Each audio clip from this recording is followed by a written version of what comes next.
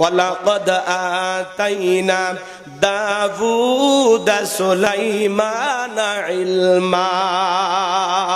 একটু জোরে কোন আল্লাহু আকবার। আমার আল্লাহ রাব্বুল আলামিন ডেকে বলেন, আমি পয়গম্বর দাউদ এবং সুলাইমানকে ইলম দিয়েছিলাম, জ্ঞান দিয়েছিলাম। তাহলে নবী রাসূলদেরকে ইলম আর জ্ঞান দিয়েছেন তিনি কে? আল্লাহ। নবী দাউদ আলাইহিস সালামকে আল্লাহ তাআলা একটা কিতাব দিয়েছিলেন, যেই কিতাবের নাম জাবুর। পয়গম্বর যখন জাবুর কিতাব তিলাওয়াত করতেন, সমুদ্রের মাছগুলো পর্যন্ত কিনারায় ভিড় জমায়ে দিত তার তিলাওয়াত শোনার জন্য। বলুন সুবহানাল্লাহ। এত মিষ্টি কণ্ঠ আল্লাহ তাআলা দাউদ আলাইহিস সালামকে দান করেছিলেন। সে আল্লাহর নবী দাউদ একদিন আল্লাহ তাআলাকে ডেকে বলতেছেন, আল্লাহ আমার জানতে বড় ইচ্ছা হয়, আমার পরবর্তীতে আপনি কাকে ফিলিস্তিনের বাদশাহী দান করবেন? আমার আল্লাহ ডেকে বলে, পয়গম্বর তোমার পরবর্তীতে আমি আল্লাহ রাব্বুল আলামিন তাকে ফিলিস্তিনের বাদশাহী দান করব।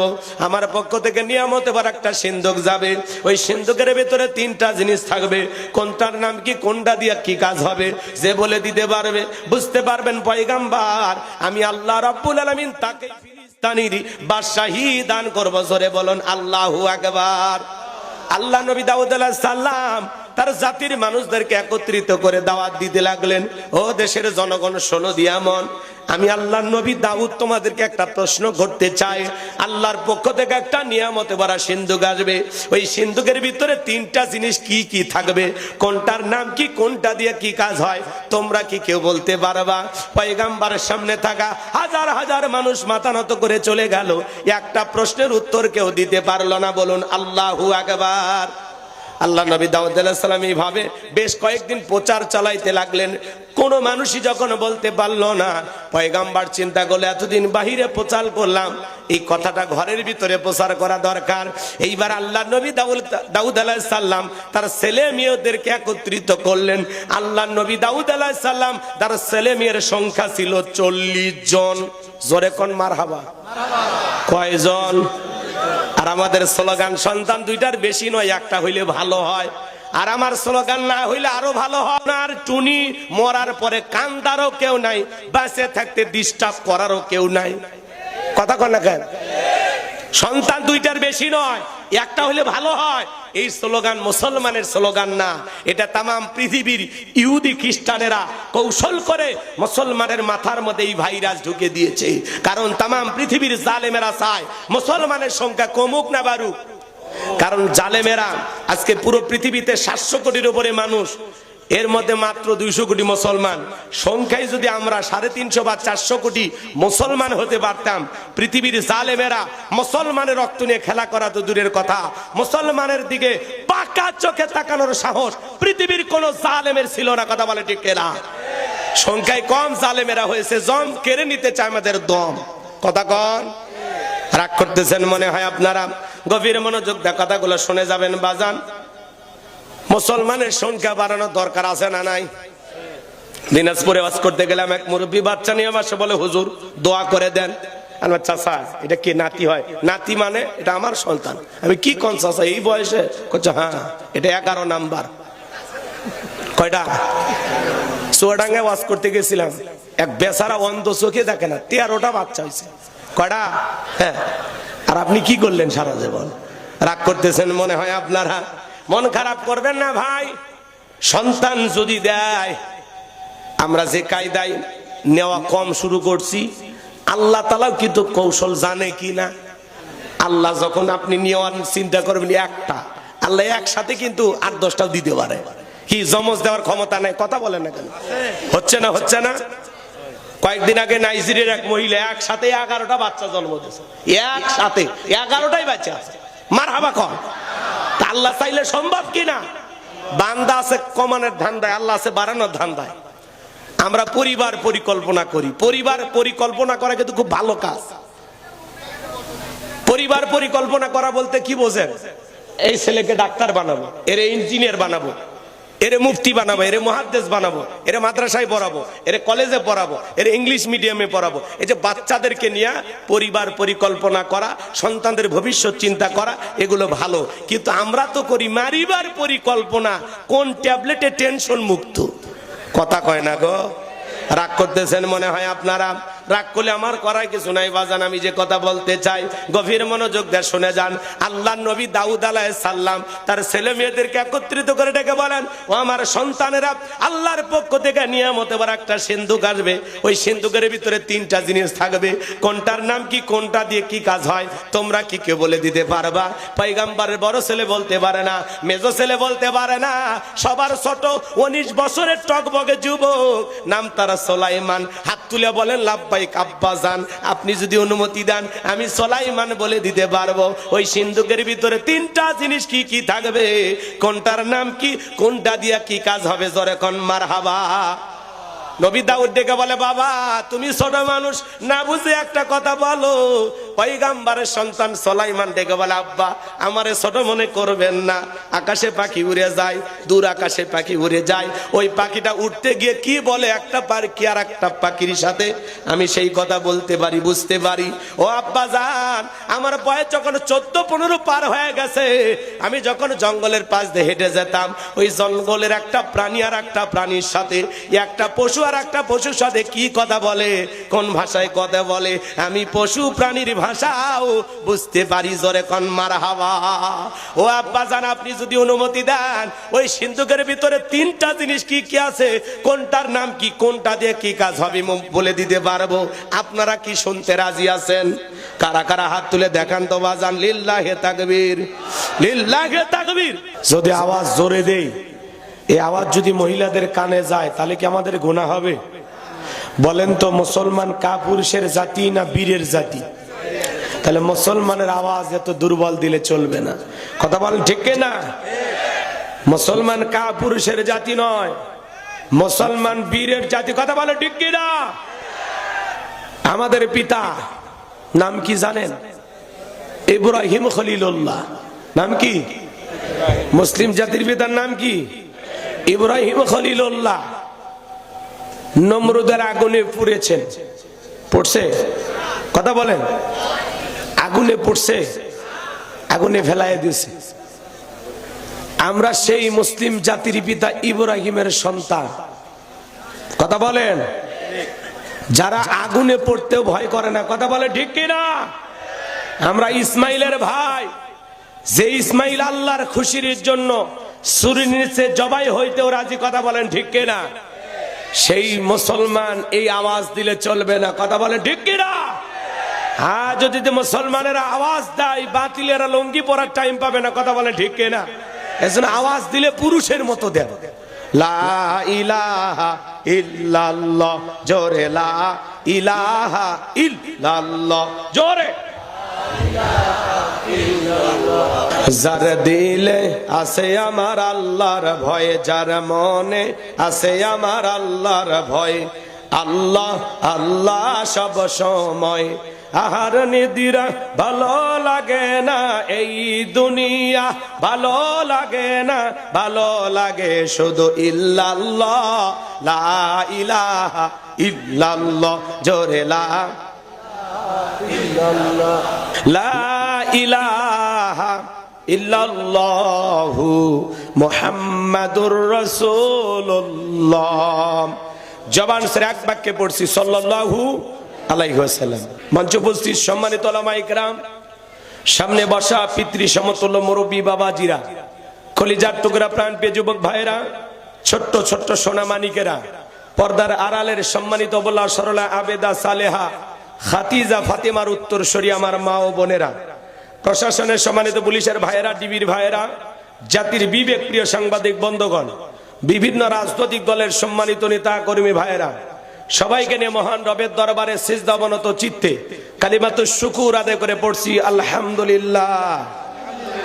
হয় নাই কৃপণতা অলসতা দূর করে মুসলমান হিসাবে সিংহের মতো বাঘের মতো গর্জন করে জিহ্বা টানারাইয়া শরীরের সবটুকু শক্তি উজাড় করে চিৎকার মেরে বলুন আলহামদুলিল্লাহ। পড়ুন রব্বানা লাকাল হামদ হামদান কাসীরান তাইয়িবান মুবারাকান ফি। লক্ষ কোটি দরুদ সালাম মানবতার শ্রেষ্ঠ বন্ধু বিশ্ব নবী, বিশ্ব নেতা, যে নবী আইয়ামে জাহিলিয়াতের যুগ আগমন করে অসভ্য মানুষদেরকে সভ্য বানিয়েছেন, অভদ্র মানুষদেরকে ভদ্র বানিয়েছেন, কোরআন নামের সংবিধান দিয়া কোরআনের রাজ কায়েম করিয়া সোনালী যুগ বাহার দিয়া মদিনার পাক ভূমিতে শায়িত আছেন সে রাসূলের প্রতি কলিজা ভরা মহব্বত নিয়ে পড়ছি দরুদ ও সালাম সকলেই পড়ুন সাল্লাল্লাহু আলাইহি ওয়াসাল্লাম। সম্মানিত ভাইয়েরা, আজকের প্রোগ্রামে আসতে পেরে বসতে পেরে আপনারা খুশি না বেজার? কারা কারা বেজার দুই হাত তুলে দেখান তো দেখি। মাশাআল্লাহ, বগুড়ার মানুষ অনেক চালাক। উত্তরবঙ্গের রাজধানী হলো বগুড়া, বগুড়ার লোকেরা চালাক না হয়ে কি পারে? আজকের মাহফিলে আসতে পেরে বসতে পেরে কারা কারা খুশি মুখে নিয়ে হাসি আওয়াজ দেবে বেশি? আল্লাহ নামের এমন একটি স্লোগান দেবেন, এলাকায় যদি কোনো ইসলাম বিরোধী উই পোকা, সার পোকা, তেলা পোকা থাকে, ওদের কলিজায় যেন কম্পন সৃষ্টি হয়। আমার আওয়াজ তুলতে রাজি আছেন যারা? বীর মুসলমানের মতো দুটি হাত টান টান করে তুলে দেখান তো তারা। লিল্লাহে তাকবীর, লিল্লাহে তাকবীর। আল কোরআনের আলো, আল হাদিসের আলো, দুনিয়ার মুসলিম, সারা বিশ্বের মুসলিম। আমার নেতা তোমার নেতা, আমার নেতা তোমার নেতা। লিল্লাহে তাকবীর। আল কোরআনের আলো, আল হাদিসের আলো, লিল্লাহে তাকবীর। হাত নামান। সম্মানিত ভাইরা আমার, ভূমিকায় লম্বা কথা নয়, সরাসরি মূল আলোচনায় প্রবেশ করতে চাই। কথা হবে আল্লাহর কোরআন থেকে। জোরে বলেন কোথা থেকে? যদি এই কোরআন থেকে কথা বলি কারো কোনো সমস্যা আছে? এই কোরআনের মধ্যে কোনো মিথ্যা আছে? কোনো ধোঁকা আছে? থাকবি কি করে? কিতাবটি নাজিল করেছেন কে? সে আল্লাহ রাব্বুল আলামিন বলেন, যালিকাল কিতাবু লা রাইবা ফীহি। আমার আল্লাহ রাব্বুল আলামিন বলেন, এটি এমন একটি কিতাব যেই কিতাবের মধ্যে কোনো সন্দেহ নাই, কোনো সংশয় নাই, কোনো মিথ্যা নাই, কোনো ধোঁকা নাই। There is no doubt. বলুন আল্লাহু আকবার। হুদাল্লিল মুত্তাকিন, মুত্তাকি বান্দাদের জন্য গাইডলাইন হিসাবে, পথ প্রদর্শক হিসাবে আসমান থেকে কিতাবটি নাজিল করেছেন কে? সেই কিতাবের আলোচনা শুনলে লাভ না লস? লাভটাকে আমার আল্লাহ জানায় দিলেন, ওয়া ইযা কুরিয়াল কুরআনু ফাসতামিউ লাহু ওয়া আনসিতু লাআল্লাকুম তুরহামুন। সূরা আরাফ আয়াত নাম্বার 204। আমার আল্লাহ রাব্বুল আলামিন জানিয়ে দিলেন, তোমাদের সামনে যখন কোরআন পাঠ করা হয়, কোরআনের আলোচনা করা হয়, চুপ করে কান লাগে মনোযোগ সহকারে কোরআনের কথাগুলো শ্রবণ করো। যারা চুপচাপ কোরআনুল কারীমের কথাগুলো শ্রবণ করবে, আমার আল্লাহ রাব্বুল আলামিন আসমান থেকে তাদের উপরে আল্লাহর রহমত বৃষ্টির মতো নাজিল করবেন। বলুন সুবহানাল্লাহ। ওয়াযাক্কির ফাইন্নাল যিকরা তানফাউল মুমিনিন। সূরা জারিয়ার 55 নম্বর আয়াত। আল্লাহ ডেকে বলেন, যারা আমার মুমিন বান্দা, তাদের সামনে যখন কোরআন দেওয়াজ করা হয়, কোরআন থেকে উপদেশ দেওয়া হয়, সেই কথাগুলো শোনার পরে আমার মুমিন বান্দাদের উপকারে আসবে। বলুন সুবহানাল্লাহ। তাহলে লিখেছেন তাফসিরুল কোরআন মাহফিল, আলোচনা তাফসির ভিত্তিক হওয়া দরকার আছে না নাই? এই কোরআনে যা আছে তাই শুনতে রাজি আছেন তো ইনশাআল্লাহ? চলুন আমি একটা নির্দিষ্ট বিষয় নিয়ে আপনাদের সামনে আলোচনা উপস্থাপন করার চেষ্টা করব। আল্লাহ পাক যেন তার গোলামকে কিছু কথা আপনাদের সামনে বলার তৌফিক দান করেন। চিল্লা বলুন আমিন। আমার কোনো জ্ঞান নাই, জ্ঞান দেওয়ার মালিক কে? ক্বালু সুবহানাকা লা ইলমা লানা ইল্লা মা আল্লামতানা ইন্নাকা আনতাল আলিমুল হাকিম। বলুন সুবহানাল্লাহ। জ্ঞান দেওয়ার মালিক কে? বাজান, আমি কথা বলবো আপনাদের সামনে পবিত্র কোরআনুল কারীমের 31 নম্বর সূরা। সূরাটির নাম লোকমান। জোরে বলেন কি নাম? লোকমান। লোকমান নামে এলাকায় মানুষ নাই? কথা কন। মাহফিলে দুই একজন আছেন লোকমান ভাই? আলহামদুলিল্লাহ। যে লোকমান ভাই না চাচা বাড়াইছে, আলহামদুলিল্লাহ। যে লোকমান নামের মানুষ পাওয়া গেছে। তো আজকে আপনাকে নিয়ে আলোচনা হবে। এদিকে খেয়াল করেন, সূরাটির নাম লোকমান। একটু জোরে বলেন কি নাম? লোকমান। বললেই সব হবে, কিন্তু কথা কি বুঝতে পারতেছেন? আমাকে কথা বলে একটু সহযোগিতা করবেন। আমি করবো ওয়াজ, আপনারা দেবেন আওয়াজ, জবাব দিবেন ঠিক ঠিক, আলোচনা হবে কমপ্লিট। শ্রোতাদের স্পিরিটে বাড়ি বক্তার হিট, আলোচনা হবে জায়গা মতো ফিট। আগে বলতাম কিছু আজ প্যান্ডেলে, কিছু আজ অ্যাঙ্গেলে। এখন আর অ্যাঙ্গেলে না, যা বলবো সব ডাইরেক্ট। কথা বলে ঠিক কি না? অ্যাঙ্গেলে বলার দিন শেষ, ডাইরেক্ট বলার বাংলাদেশ। কথা বলেন। সূরাটির নাম লোকমান। জোরে বলেন কি নাম? মোট আয়াত আছে 34টি। জোরে বলেন কয়টি? রুকু আছে 4টি। বিশ্বনবীর মক্কার জিন্দেগিতে আল্লাহ তাআলা এই সূরাটি নাজিল করেছেন। লোকমানে হাকিম কোন রসুল ছিলেন না, নবী ছিলেন না, ছিলেন একজন জ্ঞানী ব্যক্তি। কি ব্যক্তি বলেন? এই লোকমানে হাকিম এমন একজন জ্ঞানী ব্যক্তি ছিলেন, তিনি তার সন্তানদেরকে নিয়ে কিছু কথা বলেছিলেন, সন্তানদের মাঝে কিছু উপদেশ দিয়েছিলেন। এই কথাগুলোকে আল্লাহ তাআলার কাছে এতটাই ভালো লাগছে, আল্লাহ তাআলার কাছে এতটা পছন্দ হয়েছে যে আল্লাহ পাক তার কথাগুলোকে কোট করে কোরআনুল কারীমের ভিতরে তার নামে একটি সূরাই নাজিল করেছেন। বলুন আল্লাহু আকবার। তাহলে বলেন তো, তার কথাগুলো কম দামি না বেশি দামি? প্রয়োজনীয় কথা না অপ্রয়োজনীয় কথা? যদিও জমিনের একজন সাধারণ ব্যক্তি, কিন্তু আল্লাহ তাআলা তার কথাগুলোকে পছন্দ করে তাকে অসাধারণ ব্যক্তি বানায়া দিয়েছে। আল্লাহু আকবার বলেন। এই লোকমানে হাকিম ছিল একজন কৃতদাস। মানুষের বাড়িতে ছাগল চরণের কাজ করতেন। চেহারাটা ছিল কালো, অন্তর ছিল ভালো। তার জবানের কথাগুলো আল্লাহর কাছে পছন্দ হলো, এই জন্য আল্লাহ তাআলা তার নামে একটি সূরাই নাজিল করলো। চিৎকার মেরে বলুন আল্লাহু আকবার। সম্মানিত ভাইয়েরা আমার, এই লোকমানে হাকিম এমন একজন ব্যক্তি ছিল বাজান, ঠোঁটগুলো ছিল মোটা, চেহারাটা ছিল কালো, খুব বেশি লম্বা মানুষ ছিলেন না, দেখতে খাটো প্রকৃতির মানুষ ছিলেন।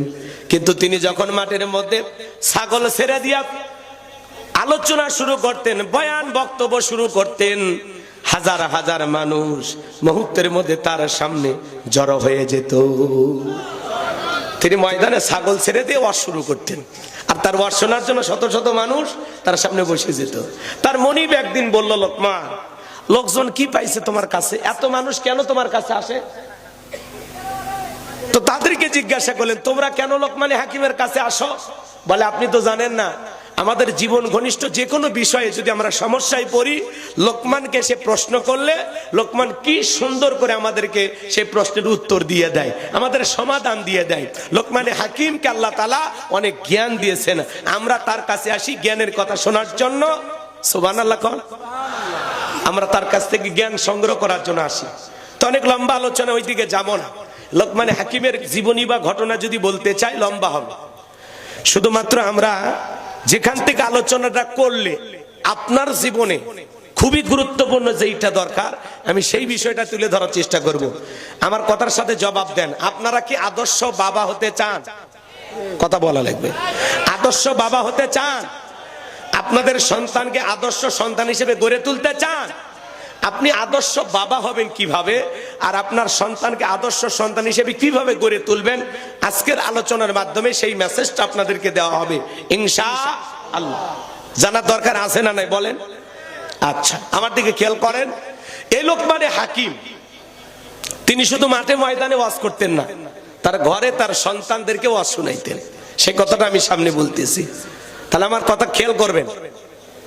আপনি আদর্শ বাবা হবেন কিভাবে, আর আপনার সন্তানকে কিভাবে আদর্শ সন্তান হিসেবে গড়ে তুলবেন, আজকের আলোচনার প্রেক্ষাপটে আপনি সেটা বুঝতে পারবেন। এছাড়াও অনেক বিষয় নিয়ে আলোচনা করা হবে। তাহলে আমি যে কথা বলতে চাচ্ছিলাম, সন্তান কিন্তু জন্ম নিলেই এটা মানুষ হয় না। ছাগলের পেট থেকে জন্ম নিলে ছাগলের বাচ্চা, গরুর পেট থেকে জন্ম নিলে গরুর বাচ্চা, মানুষের পেট থেকে জন্ম নিলেই ওইটা মানুষের বাচ্চা হয় না। সন্তানকে যখন পিতা মাতা স্কুল বা মাদ্রাসায় ভর্তি করে দেয়, কি বলে যে স্যার বা হুজুর আমার ছেলেটারে মানুষ বানাবেন। কথা কয় না? কথা সত্য না মিথ্যা? তার মানে ছেলেটা মানুষ হয়নি। মানুষ হতে গেলে তাকে জ্ঞান অর্জন করতে হবে, আদব আখলাক শিখতে হবে। চলুন না আলোচনার প্রেক্ষাপটে কি কি আপনাদের সামনে তুলে ধরা যায় আমি চেষ্টা করব ইনশাআল্লাহ। একটু জবান ছেড়ে সবাই আমার সঙ্গে তেলাওয়াত করুন। আউযু বিল্লাহি মিনাশ শাইতানির রাজিম, বিসমিল্লাহির রাহমানির রহিম। বিতাড়িত মুর্দাত শয়তানের কাছ থেকে আল্লাহ পাকের কাছে আশ্রয় প্রার্থনা চাচ্ছি। পরম করুণা সীম দয়ালু আল্লাহ তাআলার নামে শুরু করছি। সূরার নাম লোকমান, মনে থাকবে তো ইনশাআল্লাহ। আমার আল্লাহ রাব্বুল আলামিন বলেন, ওয়ালাকাদ আতাইনা লুকমানাল হিকমাতা আনিশকুরু লিল্লাহ ওয়া মান ইয়াশকুর ফাইন্নামা ইয়াশকুরু লিনাফসিহি ওয়া মান কাফারা ফাইন্নাল্লাহা গনিয়্যুন হামিদ। আরেকটু জোরে বলুন আল্লাহু আকবার। আমার আল্লাহ রাব্বুল আলামিন বলেন, আমি লোকমানে হাকিমকে হিকমত দিয়েছিলাম, জ্ঞান দিয়েছিলাম। ইলম আর জ্ঞান দেওয়ার মালিক কে? আরেকটু জোরে বলেন কে? তাহলে আমার আল্লাহ রাব্বুল আলামিন বলেন, ওয়ালাকাদ আতাইনা লুকমানাল হিকমাতা আনিশকুরু লিল্লাহ। আল্লাহ ডেকে বলেন, আমি লোকমানে হাকিমকে হিকমত দিয়েছিলাম, জ্ঞান দিয়েছিলাম, এবং জ্ঞান দেওয়ার পরে বলেছিলাম, লোকমান তুমি আমার শুকরিয়া আদায় করো। আনিশকুরু লিল্লাহ, তুমি আমার কি করো? শুকরিয়া আদায় করো, কৃতজ্ঞতা প্রকাশ করো।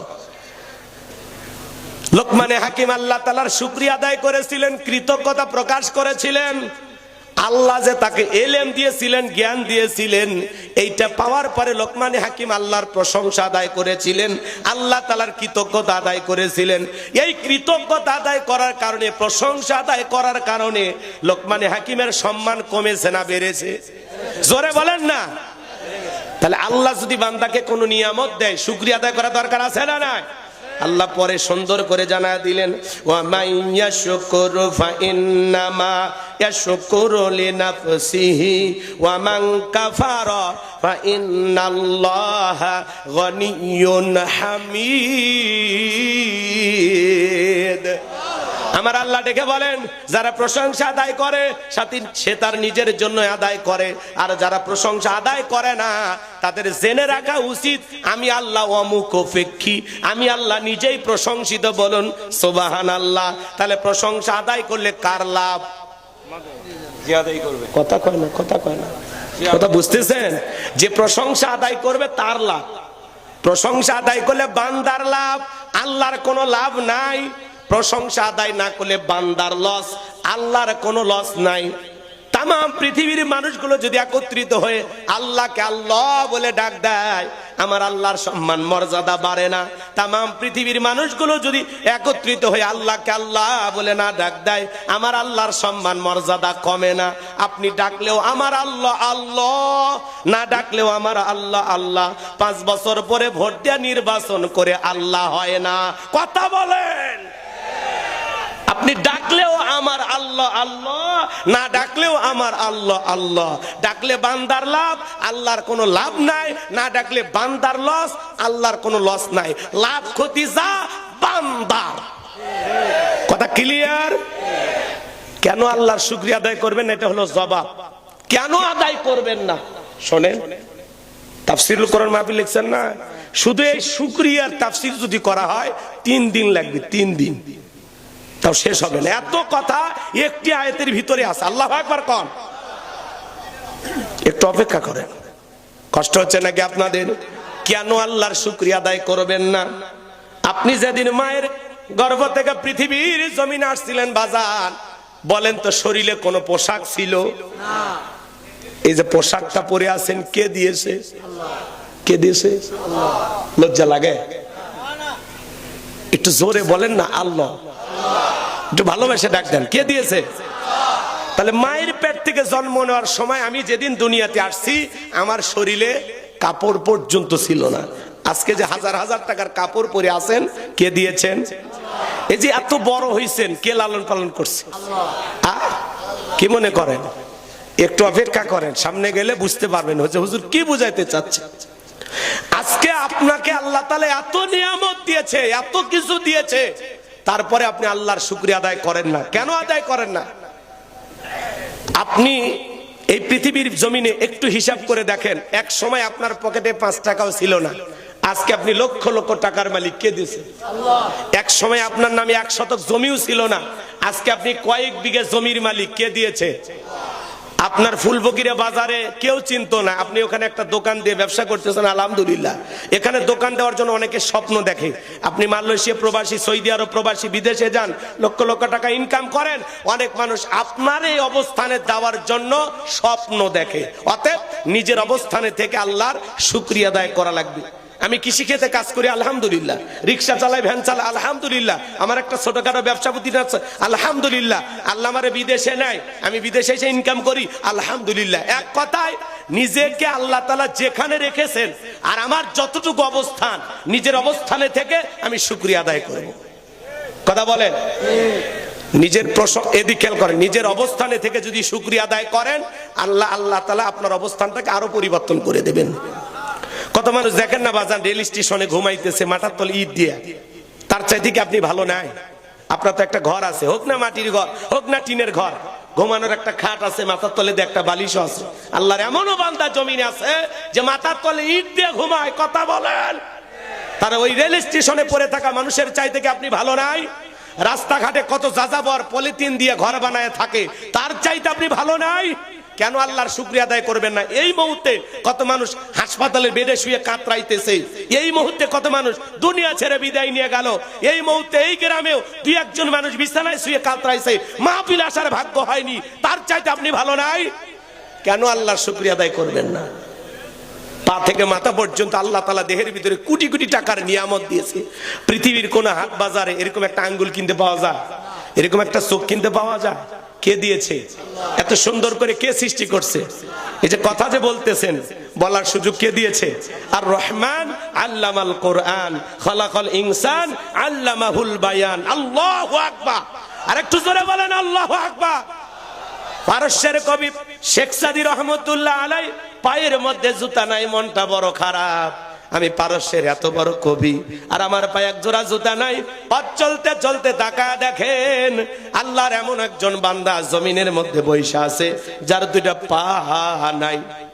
মুহূর্তের মধ্যে সিজদায় লুটিয়ে পড়লেন, চোখের পানি ছেড়ে দিয়া কান্না করতে লাগলেন আর ডেকে বলে, আল্লাহ পায়ের মধ্যে জুতা নাই তাই মন খারাপ করছি। এই জমিনে তোমার এমনও বান্দা আছে যার দুটা পা নাই।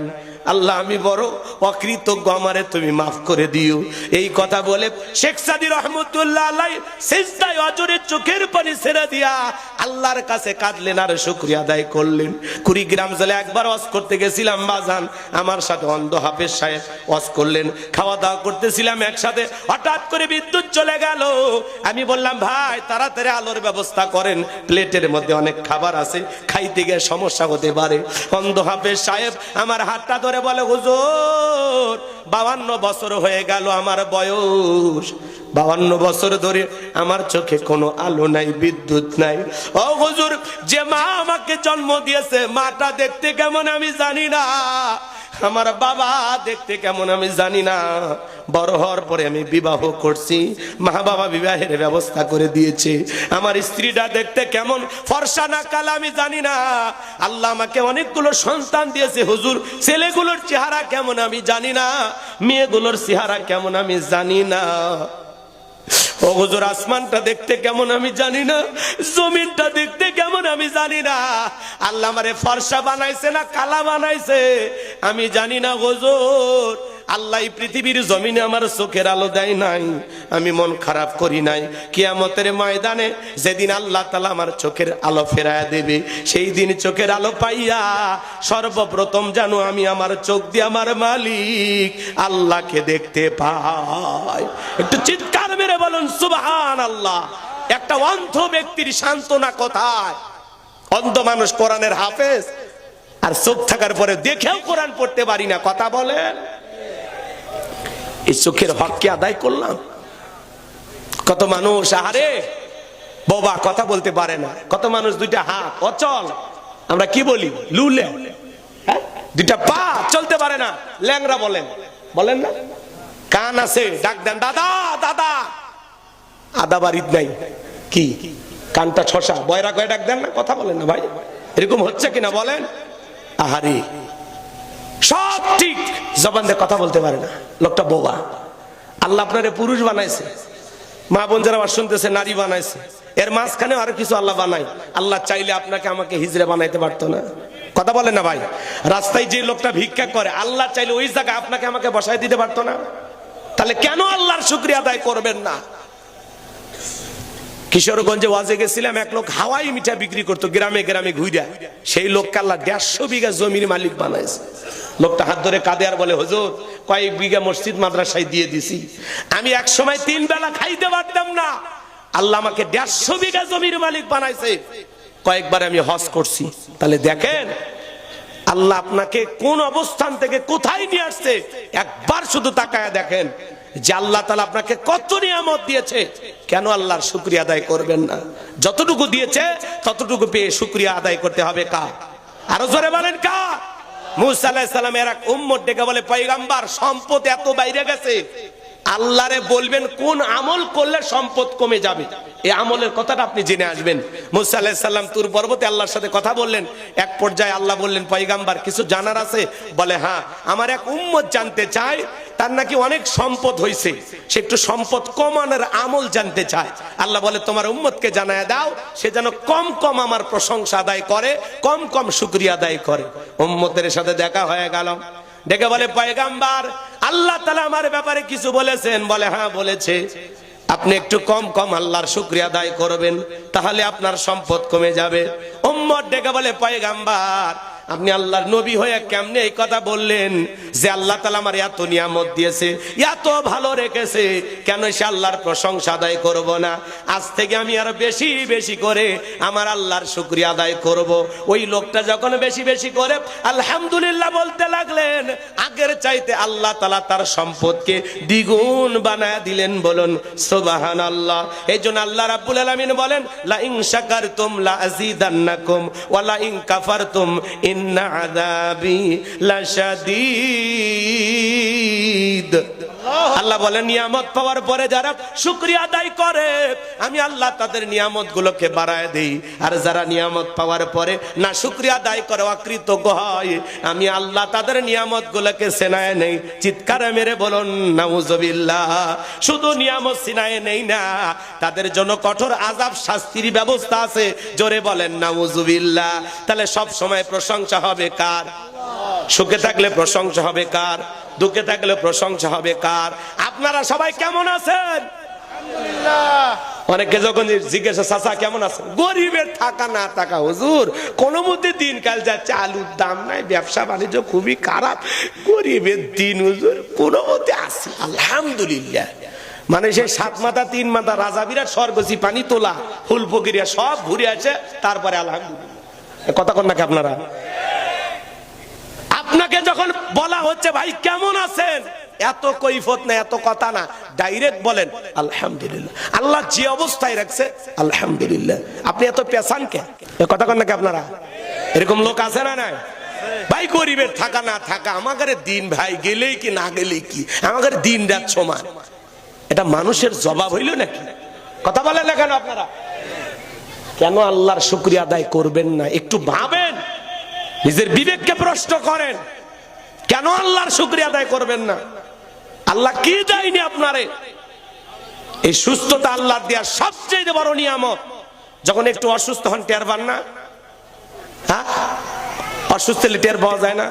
খালি ওঠে আর কোতে আর আল্লাহ ডাক দেয়, আল্লাহ আমি নামাজ কালাম পড়ি, আমার আল্লাহ আল্লাহ মাশাআল্লাহ এইবার মাফ কর আল্লাহ। খালি কোতে আর আল্লাহ ডাকে, কোতে আর আল্লাহ ডাকে।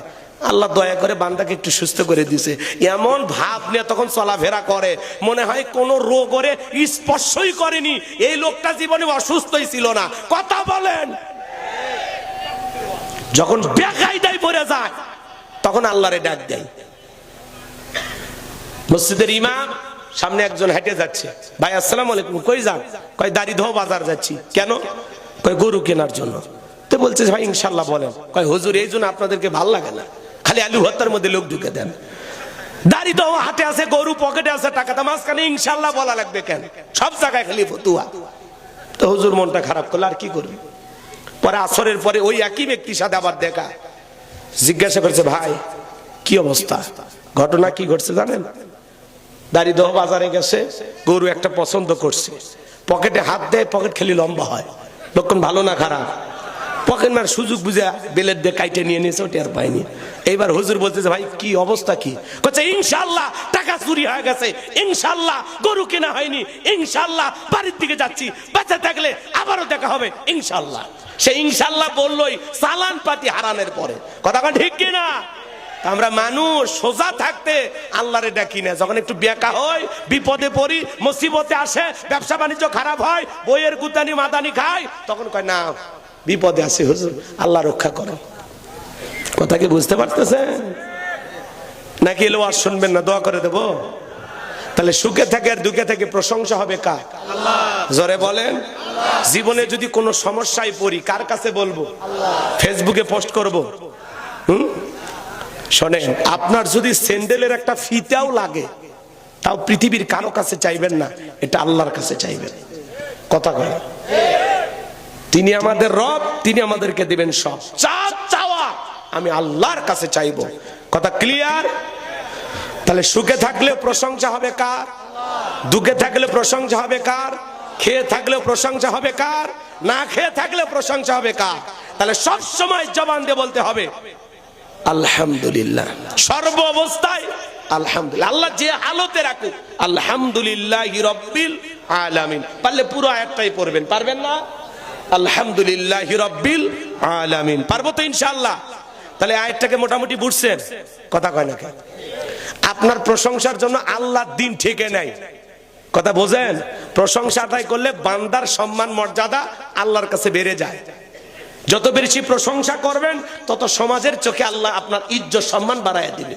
কথাকে বুঝাইতে পারলাম? এজন্য প্রশংসা আদায় করলে আমাদের কখনো লস হবে। তাহলে সব সময় আল্লাহর প্রশংসা আদায় করব। আল্লাহ তৌফিক দান করেন, জোরে বলেন আমিন। এরপরে ভাইয়েরা আমার গভীর মনোযোগ, আল্লাহ রাব্বুল আলামিন বলেন, লোকমানে হাকিম যখন তার কলিজার টুকরা সন্তানদেরকে একত্রিত করে ওয়াজ করতেছেন, শুধু মাঠে ময়দানে ওয়াজ করতেন না, তিনি ঘরের ভিতরে ওয়াজ করতেন। ঘরের ওয়াজ হলো পৃথিবীর সেরা ওয়াজ। কথা কন? আপনি চিল্লা দিয়ে ঘরেন, আপনার বউ পর্দা করেন, আপনার মেয়ে পর্দা করেন, আমি হুজুর ওয়াজ করি, আমার বউ যদি পর্দা না করে, আমি ইমামতি করি, আমার ঘর যদি ঠিক না থাকে, তাহলে কি লাভ হইল ভাই? কথা বলেন। এজন্য ঘরের ভিতরে ওয়াজ দরকার আছে না নাই? সেই কথা আল্লাহ রাব্বুল আলামিন বলেন, ওয়াইয ক্বালা লুকমানু লিবনিহি ওয়া হুয়া ইয়াইযুহু ইয়া বুনাইয়া লা তুশরিক বিল্লাহ ইন্নাশ শিরকা লাযুলমুন আযীম। আল্লাহ রাব্বুল আলামিন বলেন, স্মরণ করো লোকমানে হাকিমের কথা। যখন লোকমানে হাকিম তার কলিজার টুকরা সন্তানদেরকে একত্রিত করে বলতেছেন, ইয়া বুনাইয়া, হে আমার বৎস, হে আমার কলিজার টুকরা সন্তান, হে আমার হৃদয়ের স্পন্দন। আল্লাহু আকবার। সন্তান কিভাবে ডাকা লাগবে আদর কইরা আল্লাহর কোরআন আপনাকে শিখাচ্ছে। ইয়া বুনাইয়া, হে আমার বৎস, হে আমার কলিজার টুকরা সন্তান, হে আমার হৃদয়ের স্পন্দন। যদি এইভাবে ছেলেকে ডাক দেন, কথা শুনবে না? ডাকার মধ্যে মধু থাকার দরকার আছে না? না, ডাক দেন, আমার আব্বাজন কোথায়, আমার কলিজার টুকরা সন্তানটা কোথায়? বাবা হিসাবে বলেন, আপনার সন্তানের কয়টা দায়িত্ব আপনি পালন করছেন? আপনি বলেন তো, এখানে অনেক বাবা আছি আমরা, আপনার সন্তান আপনার কাছে হক পাবে কয়টি? বলেন, কয়টি হক বলতে পারবেন? রাগ করতেছেন? আচ্ছা, এটা কি পরীক্ষার হল রুম? ভয় পাচ্ছেন কেন? ভুল বললে বলেন, সমস্যা নাই তো। বলতে পারবেন আপনার সন্তান আপনার কাছে হক পাবে কয়টা? কথা কয় না, কথা কয় না। হযরত উমর ফারুকের নাম শুনছেন? ইসলামের দ্বিতীয় খলিফা। এক লোক মাথা ফেটে গেছে, রক্ত বের হচ্ছে, ওই কপাল ধরে হযরত উমরের কাছে বিচার দিবে গেছে। ও খলিফাতুল মুসলিমিন, ছেলে আমারে খাইতে দেয় না, উল্টো পিঠে নিয়ে দিয়ে দেখেন মাথা ফাইটে ফেলাইছে, আপনি বিচার করেন। হযরত উমর ফারুক বলতেছে, ছেলের বিচার করার আগে তোমার কাছে বলি, তুমি কি তোমার সন্তানের হক বুঝিয়ে দিয়েছ? বাপ তখন বলছে, সন্তান আবার কিসের হক? আপনার সন্তান আপনার কাছে হক পাবে 12টি। জোরে বলেন কয়টি? এই ওয়াজ করবে গেলে তো 3 ঘন্টা লাগবে। রাগ করতেছেন? সন্তানের প্রথম হক কি বলেন? প্রথম হক, বাচ্চা জন্মগ্রহণ করার সাথে সাথে একটা সেলফি তুলে ফেসবুকে পোস্ট করা, বাবা হইলাম। কি গান? এরপরে সন্তানের মামা চাচা এরা থাকলে এরাও পোস্ট করে আইডিতে, চাচ্চু হইলাম, মামা হইলাম।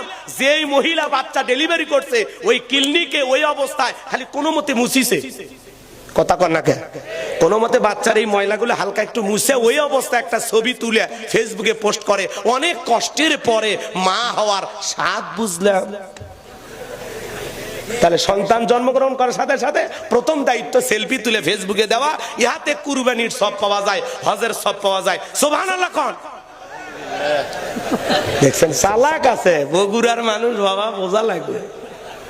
অন্য জায়গার লোক হলে সুবহানাল্লাহ কইতো, খালি জেলা পাল্টে গেলে সুবহানাল্লাহ হইতো। যাক, আপনারা বেঁচে গেছেন। তাহলে প্রথম দায়িত্ব ফেসবুকে ছবি ছাড়া না, সেলফি তোলা না। পিতামাতার প্রথম দায়িত্ব সন্তানের কানে আজান দেওয়া, ছেলে হোক আর মেয়ে হোক, প্রথম দায়িত্ব কানে আজান দেওয়া। সেলফি তোলা ঠেলায় 3 দিনেও মনে হয় না আজান দিছে কিনা। সন্তানগুলো এমনি খারাপ হচ্ছে, আপনি বাপের জায়গাতে আছেন, কথা কয় না কেন। এরপরে 2 নাম্বার হলো তাহনিক করা। তাহনিক করা মানে কোন একটা আলেমের কাছে নিয়ে যায়, ভালো মুরব্বীর কাছে নিয়ে যায়, মিষ্টি দ্রব্য কোনো কিছু সেই আগে নিজে খাবে, খাইয়া এটা আপনার বাচ্চার জিহ্বাতে তালুতে লাগাইয়া দেবে, এর নাম তাহনিক করা। 3 নাম্বার, সপ্তম দিনে আকিকা দিয়ে সুন্দর একটা নাম রাখা। নাম রাখবেন কি? বল্টু, নাট, স্ক্রু, টায়ার, ফায়া, কি রুমকি, ঝুমকি, চুমকি, সুইটুই, বেলি, চেলি, ডিলু, লিলু, ফিলু। হাইরে নামের সাইজ, কথা কন না কে আপনারা? এরকম নাম আছে না নয়? আচ্ছা বলেন তো, কোনদিন শুনছেন কোন মাহফিলে? প্রিয় ভাইয়েরা, এখন আপনাদের সামনে ওয়াজ করবেন আজকের মাহফিলের প্রধান বক্তা হযরত মাওলানা বল্টু সাহেব। এই বল্টুরা জীবনে কিছু করছে না। আপনি নাম থুছেন কি বাচ্চার? সুন্দর নাম রাখবেন, ইসলামিক নাম রাখবেন, নামের অর্থটা যেন সুন্দর হয়, কথা কয় না কে? সেন্টু, মুন্টু, ঝুন্টু এগুলো নাম তো হবে, কথা কয় না, কথা কয় না। জনি, সনি, রনি আছে না নাই? অমি, অপু, দীপু, কথা কয় না গো। নাম থুছে বিউটি, শয়তান করবি ডিউটি। হাইরে নামের সাইজ, আল্লাহ হেদায়েত দান করুক। যারা বলেন আমিন। আমাদেরকে অনেকে ফোন দিয়ে বলে, হুজুর আপনারা তো নামের বিরুদ্ধে অনেক ওয়াজ করছেন, একটা বাচ্চা হয়েছে, কি নাম দেব? কি সন্তান বলেন? ছেলে। তো আল্লাহর কাছে 2টা নাম প্রিয়, একটা আব্দুল্লাহ আর একটা আব্দুর রহমান। বলতেছে হুজুর দাদার নাম আসলে আব্দুল্লাহ আর আমার চাচার নাম আব্দুর রহমান। নামের মধ্যে কেন জানি চাচার দাদা দাদা ভাব, এগুলো চলবে না। আপডেট কিছু বলেন। এখন আপডেট কিছু আছে আমার কাছে নাই। তখন ওরা নাম খুঁজে পায় না, সন্তানের নাম তো এই মোটু, পাতলু, হ্যাঁ নাম হচ্ছে চিকন আলী, কথা কন না কে আপনারা? এরকম নাম আছে না নয়?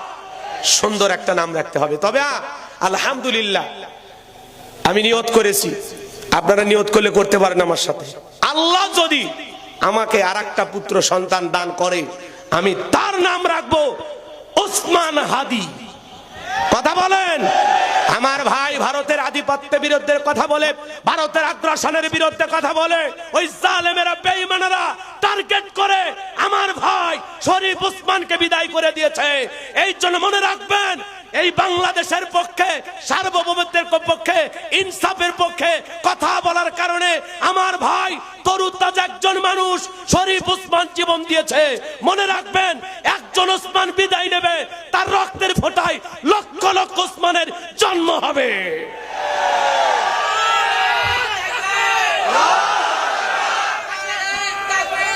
আজকে তার কবরের পাশে তার সন্তান কান্না করে, আজকে তার কবরে কান্না করতে তার বোন অজ্ঞান হয়ে পড়ে গেছে।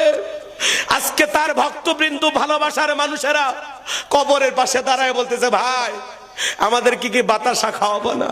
আমাদেরকে কি মুড়ি খাওয়াবো না? কই কেউ তার বাতাসা মুড়ি কিনে দেয় না। ওই ভাই এইভাবে হারিয়ে গেলেন। আজকে ওসমানে হাদি বাংলাদেশের ইতিহাসে এমপি হয়নি, মন্ত্রী হয়নি, কিন্তু মুকুটহীন সম্রাট, এক রাজকীয় বিদায়। বাংলাদেশের ঢাকা 8 আসনের এমপি হতে পারে নাই, কিন্তু মানুষের ভালোবাসায় বাংলাদেশের 20 কোটি মানুষের হৃদয়ের আসন পেয়েছে। মানুষ চোখের পানি ছেড়ে দিয়ে তার জন্য কান্না করেছে। এখনো মানুষ তাহাজ্জুদ পড়ে তার জন্য কাঁদে। কি সোনার একটা ছেলে ছিলেন, যে আমি বাংলাদেশে ইনসাফ কায়েম করতে চাই। আমরা আর ভারতের গোলামি করব না, আমরা আর আমেরিকার গোলামি করব না। এই দেশ আমাদের, এই দেশের জনগণ ঠিক করবে তাদের নেতা কি হবে। এরকম সুন্দর বক্তব্য যে দিত, কি সুন্দর মোনাজাত, কি সুন্দর ফজর পইরা নির্বাচনের প্রচার শুরু করত। আল্লাহু আকবার, কি সাদামাটা জীবন ছিল তার। আজকে তার কোলের শিশুটা আব্বু আব্বু করে থাকে, তার পরিবারে কান্না চলতেছে, শোকের মাতম চলতেছে। ছোট্ট 8 মাসের শিশু, এই ছোট্ট বাচ্চাটার যখন বাবার কথা মনে হয় কাঁদে, তখন বাবার ছবিটা মোবাইলের সামনে ধরে দেখায়, বাবার ছবি ধরে আর চুমা খায়, মাঝে মাঝে বাবার ছবি নিয়ে হাসে। ছোট্ট বাচ্চা, ও তো জানে না ও কি হারাইছে। যারা এইভাবে মানুষকে হত্যা করো, যারা এরকম টাকার বিনিময়ে, যেই কিলার তাকে হত্যা করেছে তার ব্যাংক লেনদেন দেখা গেল অস্বাভাবিক লেনদেন করছে, তার ব্যাংক অ্যাকাউন্টে লেনদেন হয়েছে 127 কোটি টাকা। 127 কোটি টাকা। তাহলে চিন্তা করেন এই ছেলেটা কোন জায়গায় ঘা লাগাইছে। ওরা বুঝতে পারছে যে এরকম বারুদ যদি বাংলাদেশে জন্ম নেয়, এরকম সত্যবান, নিষ্ঠা, ভদ্র, এরকম রত্ন যদি বাংলাদেশে জন্ম নেয়, তাহলে তো আমাদের আর এই দেশে থাকা হবে না। কথা কোন ঠিক না? কারণ এরাই তো এদেশের নেতৃত্ব দিত আগামীতে। কথা বলেন ঠিক কিনা? আমার ভাইয়ের জন্য দিলটা বড় কাঁদে, দিলটা কাঁদে। সারা দেশের মানুষ তার জন্য দোয়া করছে। তার যে জানাজা, বাংলাদেশের 54 বছর ইতিহাসে এত বড় জানাজা হয়নি। আল্লাহু আকবার। কি মনে করেন এক শুক্রবারে গুলি খাইছে আর এক শুক্রবারে মারা গেছে? সে যে শহীদ, সে যে জান্নাতি মানুষ, এতে কোনো সন্দেহ নাই। সে বলে আমি মুসলমান, যেদিন মায়ের উদর থেকে জন্ম নিয়েছি সেদিন থেকে শহীদ হওয়ার তামান্না বুকে জাগ্রত রেখেছি, যে আমি 50 বছর হায়াত চাই না, আমি রাজপথের লড়াকু সৈনিক, আমার বিছানায় মৃত্যু হবে না, হয় কেউ গুলি দিবে অথবা কেউ জেলে ভরে রাখবে, আমার কোনো ভয় নাই, আমি গুলি খেয়ে মরতেও রাজি। সবসময় শহীদ হওয়ার আকাঙ্ক্ষা তার ভিতরে ছিল। আল্লাহ তাকে শহীদ হিসেবে কবুল করেছেন। চিৎকার মেরে বলুন আমিন। তবে বড় মায়া লাগে তার এতিম সন্তানটার জন্য। কোনদিন বাবা বলে আর বাবার বুকে যাইতে পারবে না, কিন্তু এই সন্তানটা একদিন জানবে তার বাবা কত বীর পুরুষ ছিল, কতটা মানুষের প্রিয় ছিল। কথা বলে ঠিক কিনা? আজকে তার স্ত্রীকে কে সান্ত্বনা দেবে? যারা মানুষ হত্যা করো, তার বাড়িতে যায় দেখো তার স্ত্রী তার স্বামীকে হারায় কি কান্না করে, তার ছেলে বাবাকে হারায় এতিম সন্তানগুলো কিভাবে কান্না করে, তার মা কিভাবে সন্তানের জন্য আকুতি মিনতি করে আল্লাহর কাছে হাজারি করে কান্নাকাটি করে। মনে রাখবা, যেই কেলারে হত্যা করেছো, মনে রাখবা একদিন এইভাবে তোমার বউ বাচ্চাকে আল্লাহ কাঁদাবে, তোরেও বিদায় করবে। কথা কন ঠিক না? তুমিও ভালো থাকতে পারবা না। একদিন মদ খাইয়া নিশা কইরা নিজের পিস্তল দিয়ে নিজেই গুলি করে মরে যাবা। কথা কন? কাউকে মেরে কেউ শান্তিতে থাকতে পারে না। কথা বলেন কষ্ট হচ্ছে? আমার কথা কি আপনার বিরক্ত হইছেন? হইল আমার আপত্তি না। আমি নিয়ত করেছি আল্লাহ যদি আমারে ছেলে সন্তান দেয়, আমি আমার সন্তানের নাম রাখবো ওসমান হাদি।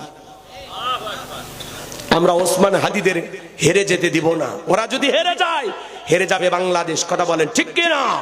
ঘরে ঘরে ওসমান হাদিদের জন্ম দিতে হবে। কথা বলেন ঠিক কিনা? অলরেডি অনেক মানুষ তার সন্তানদের নাম ওসমান হাদি রাখা শুরু করছে। কথা কি বুঝতে পারলেন বাজান? এ বাজান গো আমার, এরা দেশের সার্বভৌমত্বের জন্য লড়াই করত, এদেশের মানুষের কল্যাণ কামনা করত। লম্বা করব না বাজান, লম্বা হয়ে যাবে। আমি যে কথা বলতে চাই, সন্তানের তাহলে ইসলামিক নাম রাখার দরকার আছে না নাই? সুন্দর নাম রাখার দরকার আছে না নাই? 4 নাম্বার দায়িত্ব হলো সন্তানকে দ্বীনি ইলম শিক্ষা দেওয়া। 12টা পয়েন্ট নিয়ে আলোচনা করলে লম্বা হবে, লম্বা করতে চাচ্ছি না বাজান। লোকমানে হাকিম তার কলিজার টুকরা সন্তানদের কথা মনে আছে? দেখে বলতেছেন, ইয়া বুনাইয়া, হে আমার বর্ষই আমার কলিজার টুকরা সন্তানেরা, লা তুশরিক বিল্লাহ, আল্লাহর সাথে কখনো কাউকে শরীক করো না। ইন্নাশ শিরকা লাযুলমুন আযীম। এই শিরিক হলো সব চাইতে বড় জুলুম, সব চাইতে বড় অপরাধ। ও আমার সন্তানেরা, খবরদার খবরদার তোমরা শিরিক করো না। আমার ভাইয়েরা, লোকমানে হাকিমের একটা ছেলে ডেকে বলে, আব্বা আমার দিয়ে ওয়াজ নসিহত হবে না, ইমামতি হবে না, আপনি টাকা দেন, আমি ব্যবসা বাণিজ্য করব। লোকমানে হাকিম ডেকে বলে, সন্তান তোমাকে দেওয়ার মতো টাকা আমার কাছে নাই। ছেলেটা বড় না সরবান্ধা, ডেকে বলে, আব্বা আমার টাকা দেন, না হলে আমি কি করে খাবো, আপনি আমার টাকা দেন, আমার ইমামতি হবে না, ওয়াজ নসিহত হবে না। বলেন তো বাজান, আলেমের বেটা সবাই কি আলেম হয়? আলেমের বেটাও জালেম হয়, জালেমের বেটাও আলেম হয়। কথা কি বোঝেন? হাজির বেটাও বাজি হয়, ডাক্তারের বেটাও ডাকাত হয়, হয় কিনা? আবার অনেক সময় ডাকাতের বেটাও ডাক্তার হয়, পাজির বেটাও হাজি হয়, এরকম আছে না নাই? লোকমানে হাকিমের ছেলে যখন নাসর বান্দা বলে, আব্বা টাকা দেন, বিজনেস করব, ব্যবসা বাণিজ্য করব। ডেকে বলে, সন্তান দেওয়ার মতো টাকা নাই, তবে আমি আমার এক বন্ধুর কাছে কিছু দিরহাম, কিছু টাকা পয়সা পাই। এই পথে যাইতে গেলে তোমার অনেক কষ্ট হবে, বাবা হয়ে ছেলেকে বিপদে ফেলতে পারবো না। ছেলেটা ডেকে বলে, আব্বা আপনি শুধু আমাকে লোকেশনটা বলে দেন, ঠিকানাটা বলে দেন, যেভাবে হোক আমি পৌঁছানোর চেষ্টা করব। লোকমানে হাকিম ডেকে বলে, সন্তান তাহলে শুনে নাও, বাড়ি থেকে যখন বের হয়ে যাইবা 2 রাকাত সালাতুল হাজতের নামাজ আদায় করবা। নামাজ পড়ে রওনা করো। পথ চলতে চলতে মরুভূমির বিশাল রাস্তা পাড়ি দেওয়ার পরে তাকায় দেখবা একটা জঙ্গল দেখা যায়। সেই জঙ্গলের ভিতরে ঝর্ণার পানি পড়তেছে, সেখান থেকে প্রয়োজন মোতাবেক পানি পান করবা। খবরদার খবরদার আমার সন্তান, সামনের দিকে যা, পিছনে আর তাকাইবা না। পিছনে তাকায় দেখবা জঙ্গলটা নাই। এইভাবে লোকেশন গুলো বলে দিলেন। পথের মধ্যে কোথায় কি ঘটনা ঘটতে পারে সামান্য একটা ইঙ্গিত তাকে দিয়ে দিলেন। ছেলেটা পথ চলতে লাগলো, বাবা যা যা বলতেছে মাঝ পথে তাই মিলে যায়। পথ চলতে চলতে তাকা দেখেন বিশাল একটা গাছ। বাবা বলেছে ছায়াশ্রয় নিলে বিপদ হবে। গাছের গোড়া একটা মুরব্বী বসে আছে, ডেকে বলে, বাবা এইদিকে আসো। বলে না, গাছের ছায়াশ্রয় নিলে বিপদ হবে, আব্বা বলে দিয়েছে। বলে, তোমার বাবা কি বলে নাই? চলতি পথে যদি একটা মুরব্বীর সাথে দেখা হয়, মুরব্বী যা বলবে তুমি তাই শুনবা। বলে, হ্যাঁ বলেছি। তাহলে ভয় পাওয়ার কোনো কারণ নাই, তুমি আমার কাছে আসো। লোকমানে হাকিমের সন্তান যখন ওই গাছের ছায়াশ্রয় নিলেন, ক্লান্ত শরীর মুহূর্তের মধ্যে ঘুম চলে আসলো। গাছের গোড়া থেকে একটা বিষাক্ত সাপ বের হয়ে লোকমানে হাকিমের সন্তানটাকে সবল মারলেন। এইবার মুরব্বী তাকায় দেখে সত্যি তো বড় বিপদ হয়ে গেল। সাপটাকে ধরলেন, লোকমানে হাকিমের সন্তানটাকে বিষ মুক্ত করলেন।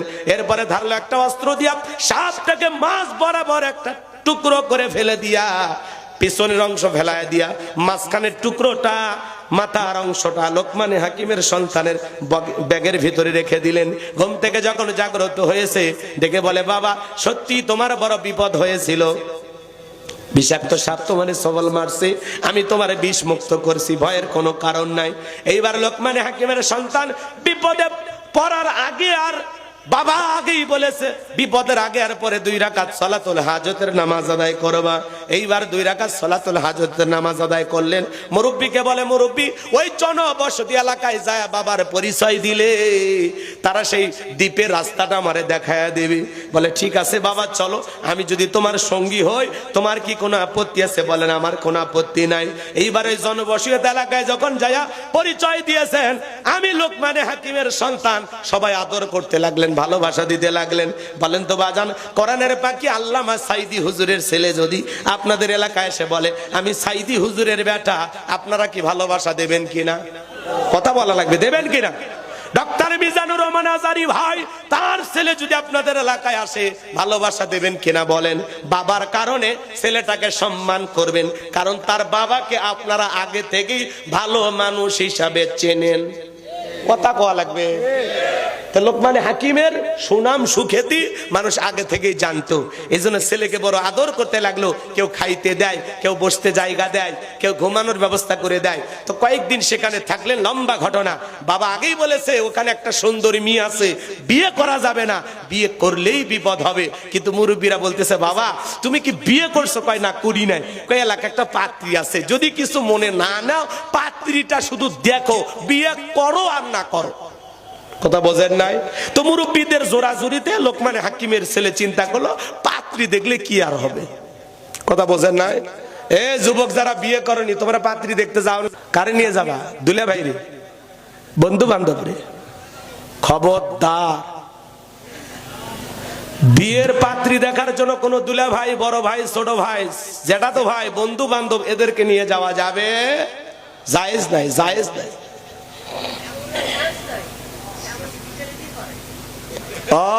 সেটা পরে আসতেছি, আপনি গভীরে চলে গেছেন, আমি ওখানে যাওয়ার চেষ্টা করতেছি, রাগ করতেছেন আপনারা?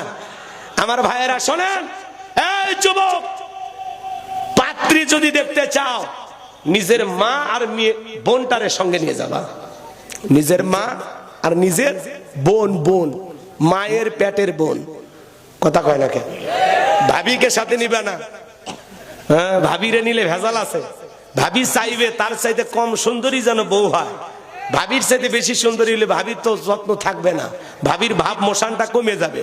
কথা কি বুঝতে পারছেন? আপনার মা চাইবে আমার ছেলের জন্য একটা ফুটফুটে সুন্দরী বউ হয়। আপনার বোন চাইবে যে আমার একটা চাঁদের মতো সুন্দরী ভাবি হোক। কথা কয়? খবরদার খালারেও সাথে নেবেন না, খালা গেলেও ভেজাল আছে। মেয়ে দেখতে যতই সুন্দরী হোক বলবে এর সাথে আমার লাভলি ভালো। কথা কন? কারণ খালার বাড়িতে একটা রেডি হয়ে আছে। কথা কি বুঝতে পারছেন? এই জন্য খালার ভাবি সাথে নেবেন না, সাথে নেবেন হলো মা আর বোন। চাচা কথা ঠিক? খবরদার, পাত্রী দেখার নামে অনেকে কয় মেয়ে দেখি তোমার, তোমার চুল দেখি, তোমার দাঁত দেখি, তোমার নাক দেখি, কেরোটিকে কুরবানির গরু কিনবে গেছো। হ্যাঁ, এইভাবে মানুষ দেখা জায়েজ। আর একটা মেয়ে দেখতে যদি আপনার পছন্দ না হয় তাও বলতে পারবেন না যে মেয়েটাকে পছন্দ হয়নি, কারণ এই মানুষটাকে সৃষ্টি করছে কে? আল্লাহর সৃষ্টির ভুল ধরার আপনি কে? এই আপনি কে? অতএব মেয়ে পছন্দ না হলে বলে মাশাআল্লাহ, আলহামদুলিল্লাহ, আমরা একটু চিন্তা করতেছি, পরে জানাবো। শেষ, চলে আসলেন কাহিনী। বাড়িতে আসে আর ওইটা গল্প, মেয়ে সবই ছিল না, একটা বেকা। খবরদার, নো নো নো সমালোচনা, এক চুল কথা হবে না। কি বুঝতে পারছেন নাকি? না বুঝতে একটু মনোযোগ দিয়ে বোঝেন, তাহলে বুঝবেন যে মানুষের সৃষ্টির আপনি কেমনি ভুল ধরেন। কারণ মানুষকে সৃষ্টি করছে কি? তো ভুল ধরার সাধ্য আপনার আমার আছে? কাউরে ফর্সা বানাবে, কাউরে কালা বানাবে, কাউরে লম্বা, কাউরে খাটো, এই তো। কেউ ধনী কেউ গরিব, এই তো দুনিয়ার নিয়ম নাকি? কষ্ট হচ্ছে আপনাদের? এইবার লোকমানে হাকিমের ছেলে পাত্রী দেখতে গেছে। মেয়েটা সেই সময়ের বিশ্ব সুন্দরী বললে ভালো হবে না, এতটাই সুন্দরী। লোকমানে হাকিমের ছেলে এক পলক দেখা মাত্রই পছন্দ হয়ে গেছে। তখন মনে মনে ভাবতেছে, বিয়ে যদি করি এই মেয়েকেই করব। কথা কয় না? এবার মুরব্বীরা বলতেছে, বাবা পাত্রী কেমন দেখলা? আলহামদুলিল্লাহ, পাত্রী আমার পছন্দ। তখন বলতেছে, বাবা মেয়ের সব ঠিক আছে, কিন্তু মেয়ের একটা গোপন সমস্যা আছে। কথা কয় না? পাত্রী দেখতে গেলে বাড়ির আশেপাশে আপনারা জিজ্ঞাসা করেন না যে মেয়েটার কি অবস্থা? অমুকের মেয়েকে আমরা দেখতেছি, কি খবর? কচ্ছে ও অমুকের মেয়ে কয়েকদিন আগে 7 দিন কক্সবাজারে থেকে একটা আইফোন নিয়েছে। কথা কন? এলাকার কি কি সমস্যা গোপন তত ফাঁস করে দেয়, আছে না নাই? শোনেন, এইবার বলতেছে, বাবা লোকমানে হাকিমের সন্তান, তুমি যেহেতু বিয়ে করবা, তোমার কাছে আর গোপন রাইখা লাভ নাই। এই মেয়েটার এর আগেও 10 বার বিয়ে হয়েছে, একটা স্বামীও বাসর ঘর থেকে জীবিত বের হয়নি। তোমার সিরিয়াল 11 নাম্বার। তুমি বলো রাজি আছো না নাই? লোকমানে হাকিমের সন্তান মনে মনে ভালো লেগে গেছে, মেয়েটাকে বিবাহ করতে চায়। পুরো ঘটনাটা কি বলবো, আপনারা কি শুনবেন? কেন 11টা স্বামী মারা গেল? শুনবেন শুনবেন। কারা কারা একটু হাত তুলে দেখান তো বাজান। লিল্লাহে তাকবীর, হাত নামান। আমি যে কথা বলতে চাচ্ছিলাম বাজান, লোকমানে হাকিম তার কলিজার টুকরা সন্তানদেরকে বলতেছেন, ইয়া বুনাইয়া, হে আমার বর্ষে আমার কলিজার টুকরা সন্তান, লা তুশরিক বিল্লাহ, আল্লাহর সাথে কখনো কাউকে শরীক করা যাবে না। ইন্না শিরিকা লা যুলমুন আযীম, এই শিরিক হলো সবচাইতে বড় জুলুম, সবচাইতে বড় পাপ। সব পাপের বড় পাপ নাম হলো শিরিক। বড় শিরিক গুলোকে শিরিকে আকবর বলা হয়, ছোট শিরিক গুলোকে শিরিকে আসগর বলা হয়। সমাজে প্রচলিত অনেক শিরিক আছে না নাই? শিরিক সম্পর্কে একটু জ্ঞান অর্জন করার দরকার আছে না নাই? মাজারে সেজদা দেওয়া কি শিরিক? কথা একটু পটপট করে জবাব দেন। মাজারে সেজদা দেওয়া শিরিক, নেতার পায়ে সেজদা দেওয়া শিরিক, পীরের পায়ে সেজদা দেওয়া শিরিক। কথা ক্লিয়ার? এই মাথা আল্লাহ ছাড়া পৃথিবীর কারো কাছে নত করা যাবে না।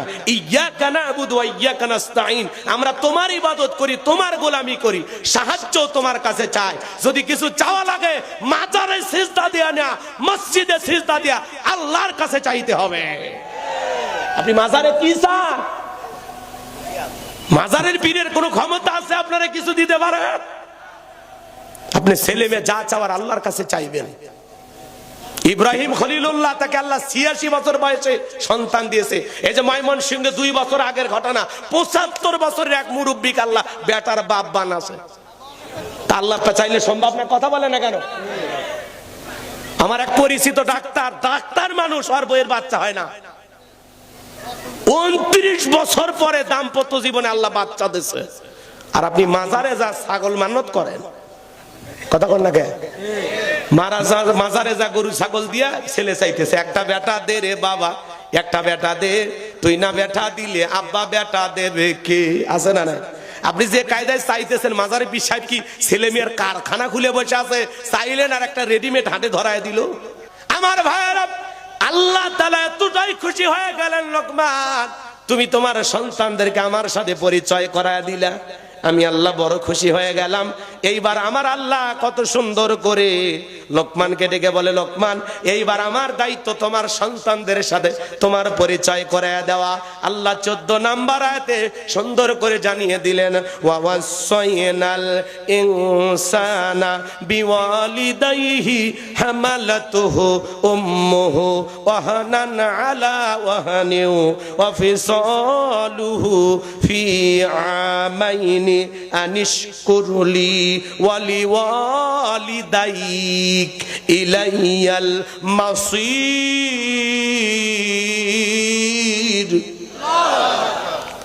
কষ্ট করে আর 3টা আয়াত ধৈর্য ধরেন, খুব দ্রুত শেষ করে দেব। ওটা ভাষা করেন, এলাকার মানুষ কিছু শুনে যান। খারাপ লাগতেছে নাকি? এই জায়গায় যে ওয়াজটা আমি এখন করব, এটা আমার কথা না, কিন্তু আল্লাহ বলতেছেন, আমি শুধু আপনাদেরকে অ্যাডভাইস করে শুনে দিচ্ছি। এবার আলোচনার সাবজেক্ট ঘুরে গেল। এতক্ষণ শিরিক নিয়ে ওয়াজ করলাম না, এই জায়গায় আল্লাহ তাআলা আবার পিতা মাতার খেদমতের ওয়াজ ঢুকিয়ে দিয়েছে।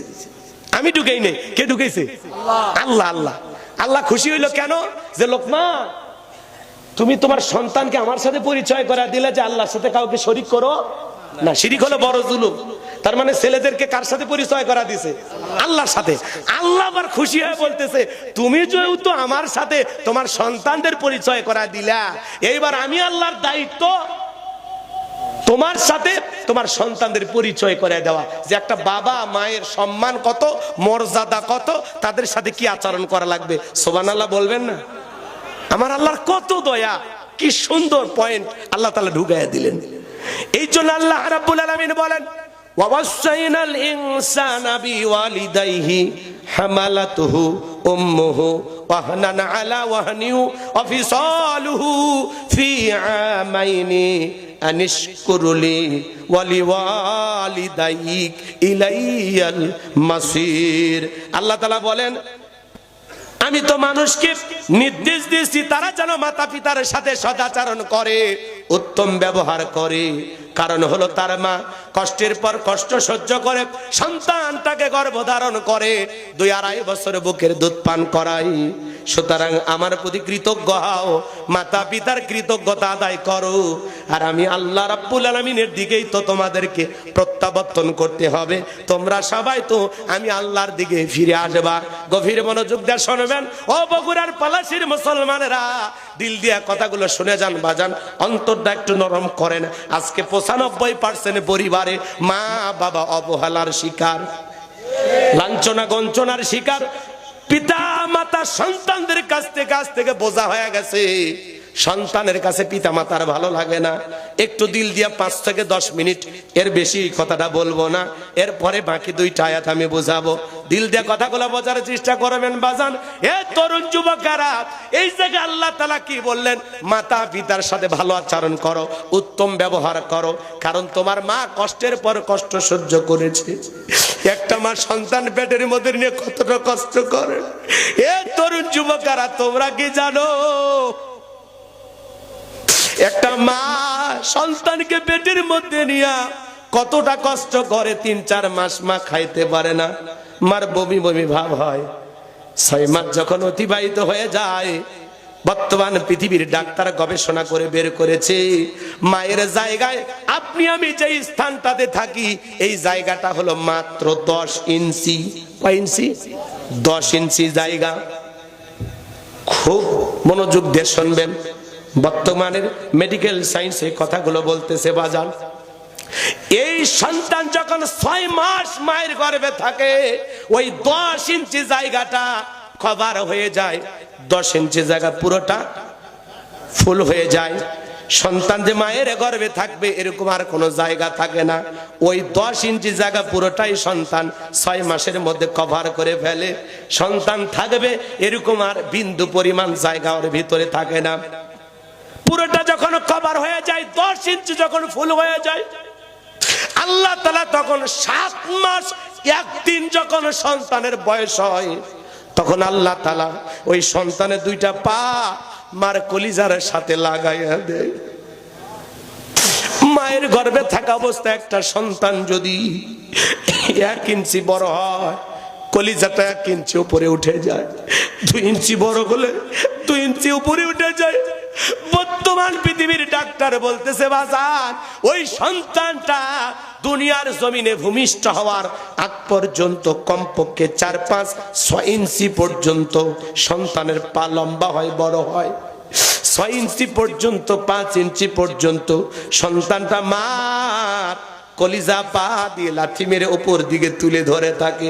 যেই সন্তান মায়ের পেটে সবচাইতে কম নাড়াচাড়া করে, ওই সন্তানটা মায়ের গর্ভে থাকা অবস্থায় 4500 বার মায়ের পেটে লাথি মারে, মার কলিজায় লাথি মারে। আপনিও মারছেন, আমিও মারছি বাজান।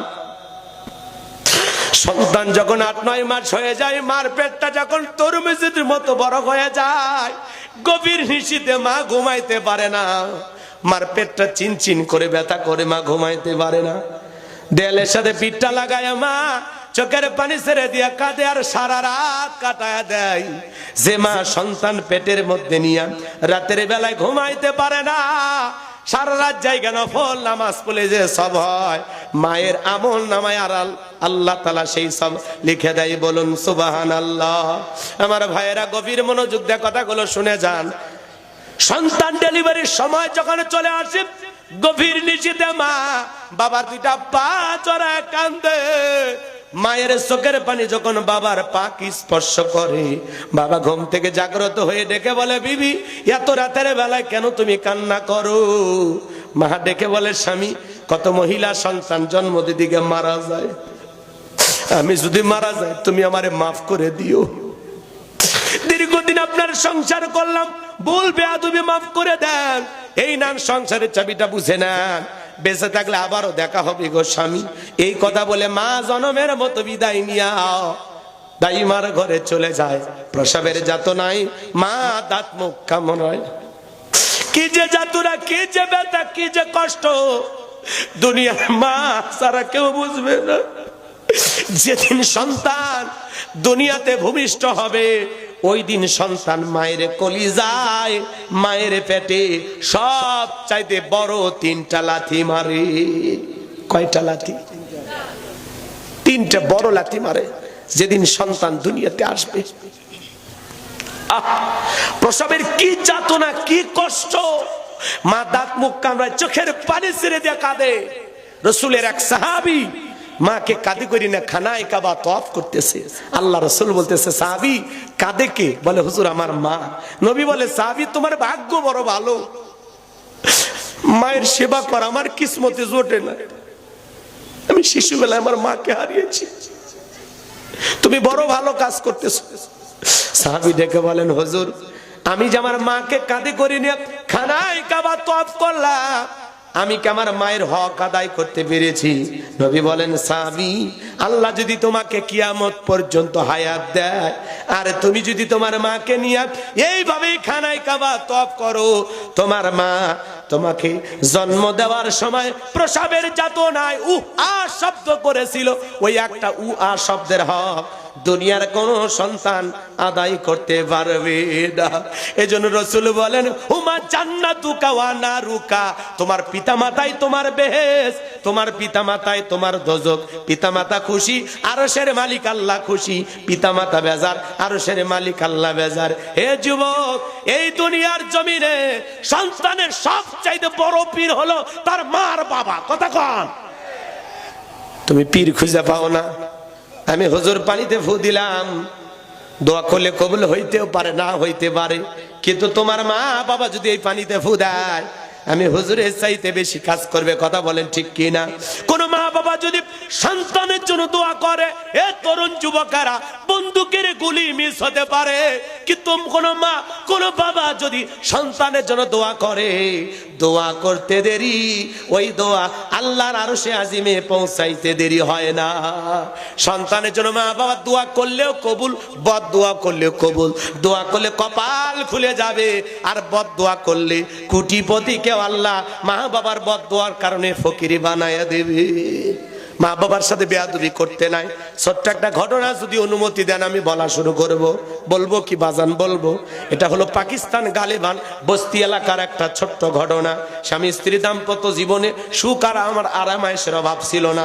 সংসার ছিল গরিবের, কিন্তু ভালোবাসাটা অনেক ছিল। তাদের দাম্পত্য জীবনের স্বামী স্ত্রীর মহব্বত ভালোবাসার ফসল হিসাবে আল্লাহ তাআলা একটা পুত্র সন্তান দান করলেন। ছেলেটার যখন 4 বছর বয়স হলো, ছেলেটার বাবা মারা গেল। মহিলা টেনশনে পড়ে গেল, হারে স্বামী আমার মারা গেল, অন্য জায়গায় যদি আমি বিয়েটা বসি, অন্য জায়গায় যদি বিবাহ করি, সে যদি আমার ছেলেটাকে দেখতে না পারে, ওরে যদি আদর যত্ন না করতে দেয়, আমি মা হয়ে এটা তো সহ্য করতে পারবো না। অতএব সন্তানের মুখের দিকে তাকায়া যৌবনের এই সুন্দর দিনটা আমি কোরবানি করব। এইবার মহিলা মানুষের বাড়িতে বাড়িতে কাজ করে ছেলেটাকে লালন পালন করতে লাগলেন। ছেলেটাকে যখন যুবক হয়ে গেল, ওই ছেলের নিত্যদিনের কাজ হলো আখের খেতে গিয়ে আখের গাছগুলো কেটে কেটে বাজারে বিক্রি করা। কথা বোঝেন? লাগ করতেছেন? মা তখন ছেলেটার বিবাহের ব্যবস্থা করলো, সুন্দরী একটা মেয়ের সাথে বিবাহ করাইলো। কিছুদিন সংসার ভালোই চললো। কয়েক মাস অতিবাহিত হওয়ার পরে বউ শাশুড়ির যুদ্ধ শুরু হয়ে গেল। ছেলের বউরে মা সহ্য করতে পারে না, মারে ছেলের বউ সহ্য করতে পারে না। ছেলেটা বাড়িতে এসে প্রথম মারেও ধমক দেয়, বউরেও ধমক দেয়। কিন্তু ছেলেটা হঠাৎ করে বাড়িতে এসে দেখে একদিন তার বউ নাই। কিছু কিছু ছেলে আছে বউ পাগল, শোনেননি? তো এই ছেলেটা বলতেছে, মা বউ কোথায়? বলছে, তোর বউ সব ঝগড়া করে চলে গেছে বাবা, তোর শ্বশুর বাড়িতে আমি আর জানি না। ছেলেটা বউ আনতে গেছে। তখন বলতেছে, চলো বাড়ি যাবা না? তখন বল, যাইতে দেরি আছি, যাইতে রাজি আছি যদি তুমি তোমার মাকে নিজের হাতে মারো। ছেলেটা এতই বউ পাগল, বলতেছে ঠিক আছে চল, মারে শাসন করবো। এইবার ছেলেটা বাড়িতে আসে। কিছুদিন পরে যখন আবার ঝগড়া লাগছে, কোনো কথা নাই, মারে ধরে পিটাই। বইয়ের পক্ষ নিয়ে কারে পিটাই? মারে পিটাই। এরকম বউ ভক্ত ছেলে আছে না, বইয়ের পাগল। বউ যদি কই দাঁড়িয়ে থেকে পেশাব করো, তাই করে। কথা বলেন না কেন? পুরুষ মানুষ আপনি ব্যালেন্স করে চলতে হবে। মায়ের ভালোবাসা মায়ের কাছে, বইয়ের ভালোবাসা বইয়ের কাছে। বউ যতই বুঝাক তোমার মা আর কি ছেলে মেয়ে নাই, তারা দেখবে সব দায়িত্ব কি তোমার। যতই বুঝাক সব শুনবেন বলদের মতো। বউরে বুঝাবেন যে পৃথিবীর সবচেয়ে বোকা পুরুষ আপনি।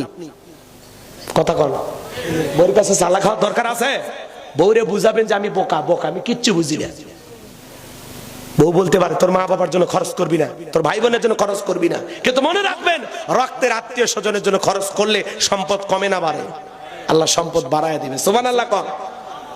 আর বইয়ের কথা শুনে পিতামাতা ভাই বোন রক্তের সম্পর্ক ছিন্ন করা হারাম, হারাম, হারাম। কথা কন। কিছু ভবিষ্যৎ চিন্তাবিদ বউ আসে, 2 দিন না যেতেই ভবিষ্যৎ নিয়ে, আজকে 2 জন আছি, পরে 3 জন 4 জন, কত চিন্তা। এই আল্লাহ যদি এটাও না দেয় তখন কি করবো? কথা কন লাগে। তোমার মা বাবার পিছনে এইভাবে খরচ করলে হবে না, আমাদের তো ভবিষ্যৎ আছে।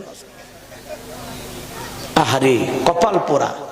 এই জন্য বিয়ে করে বাসর ঘরে বউরে বলা লাগবে, খালি সেলফি তোলেন না, ভিডিও করেন না, পাগলা হয়ে যায় না, বাসর ঘরে বিড়াল মারা লাগবে। কথা কয় না গো।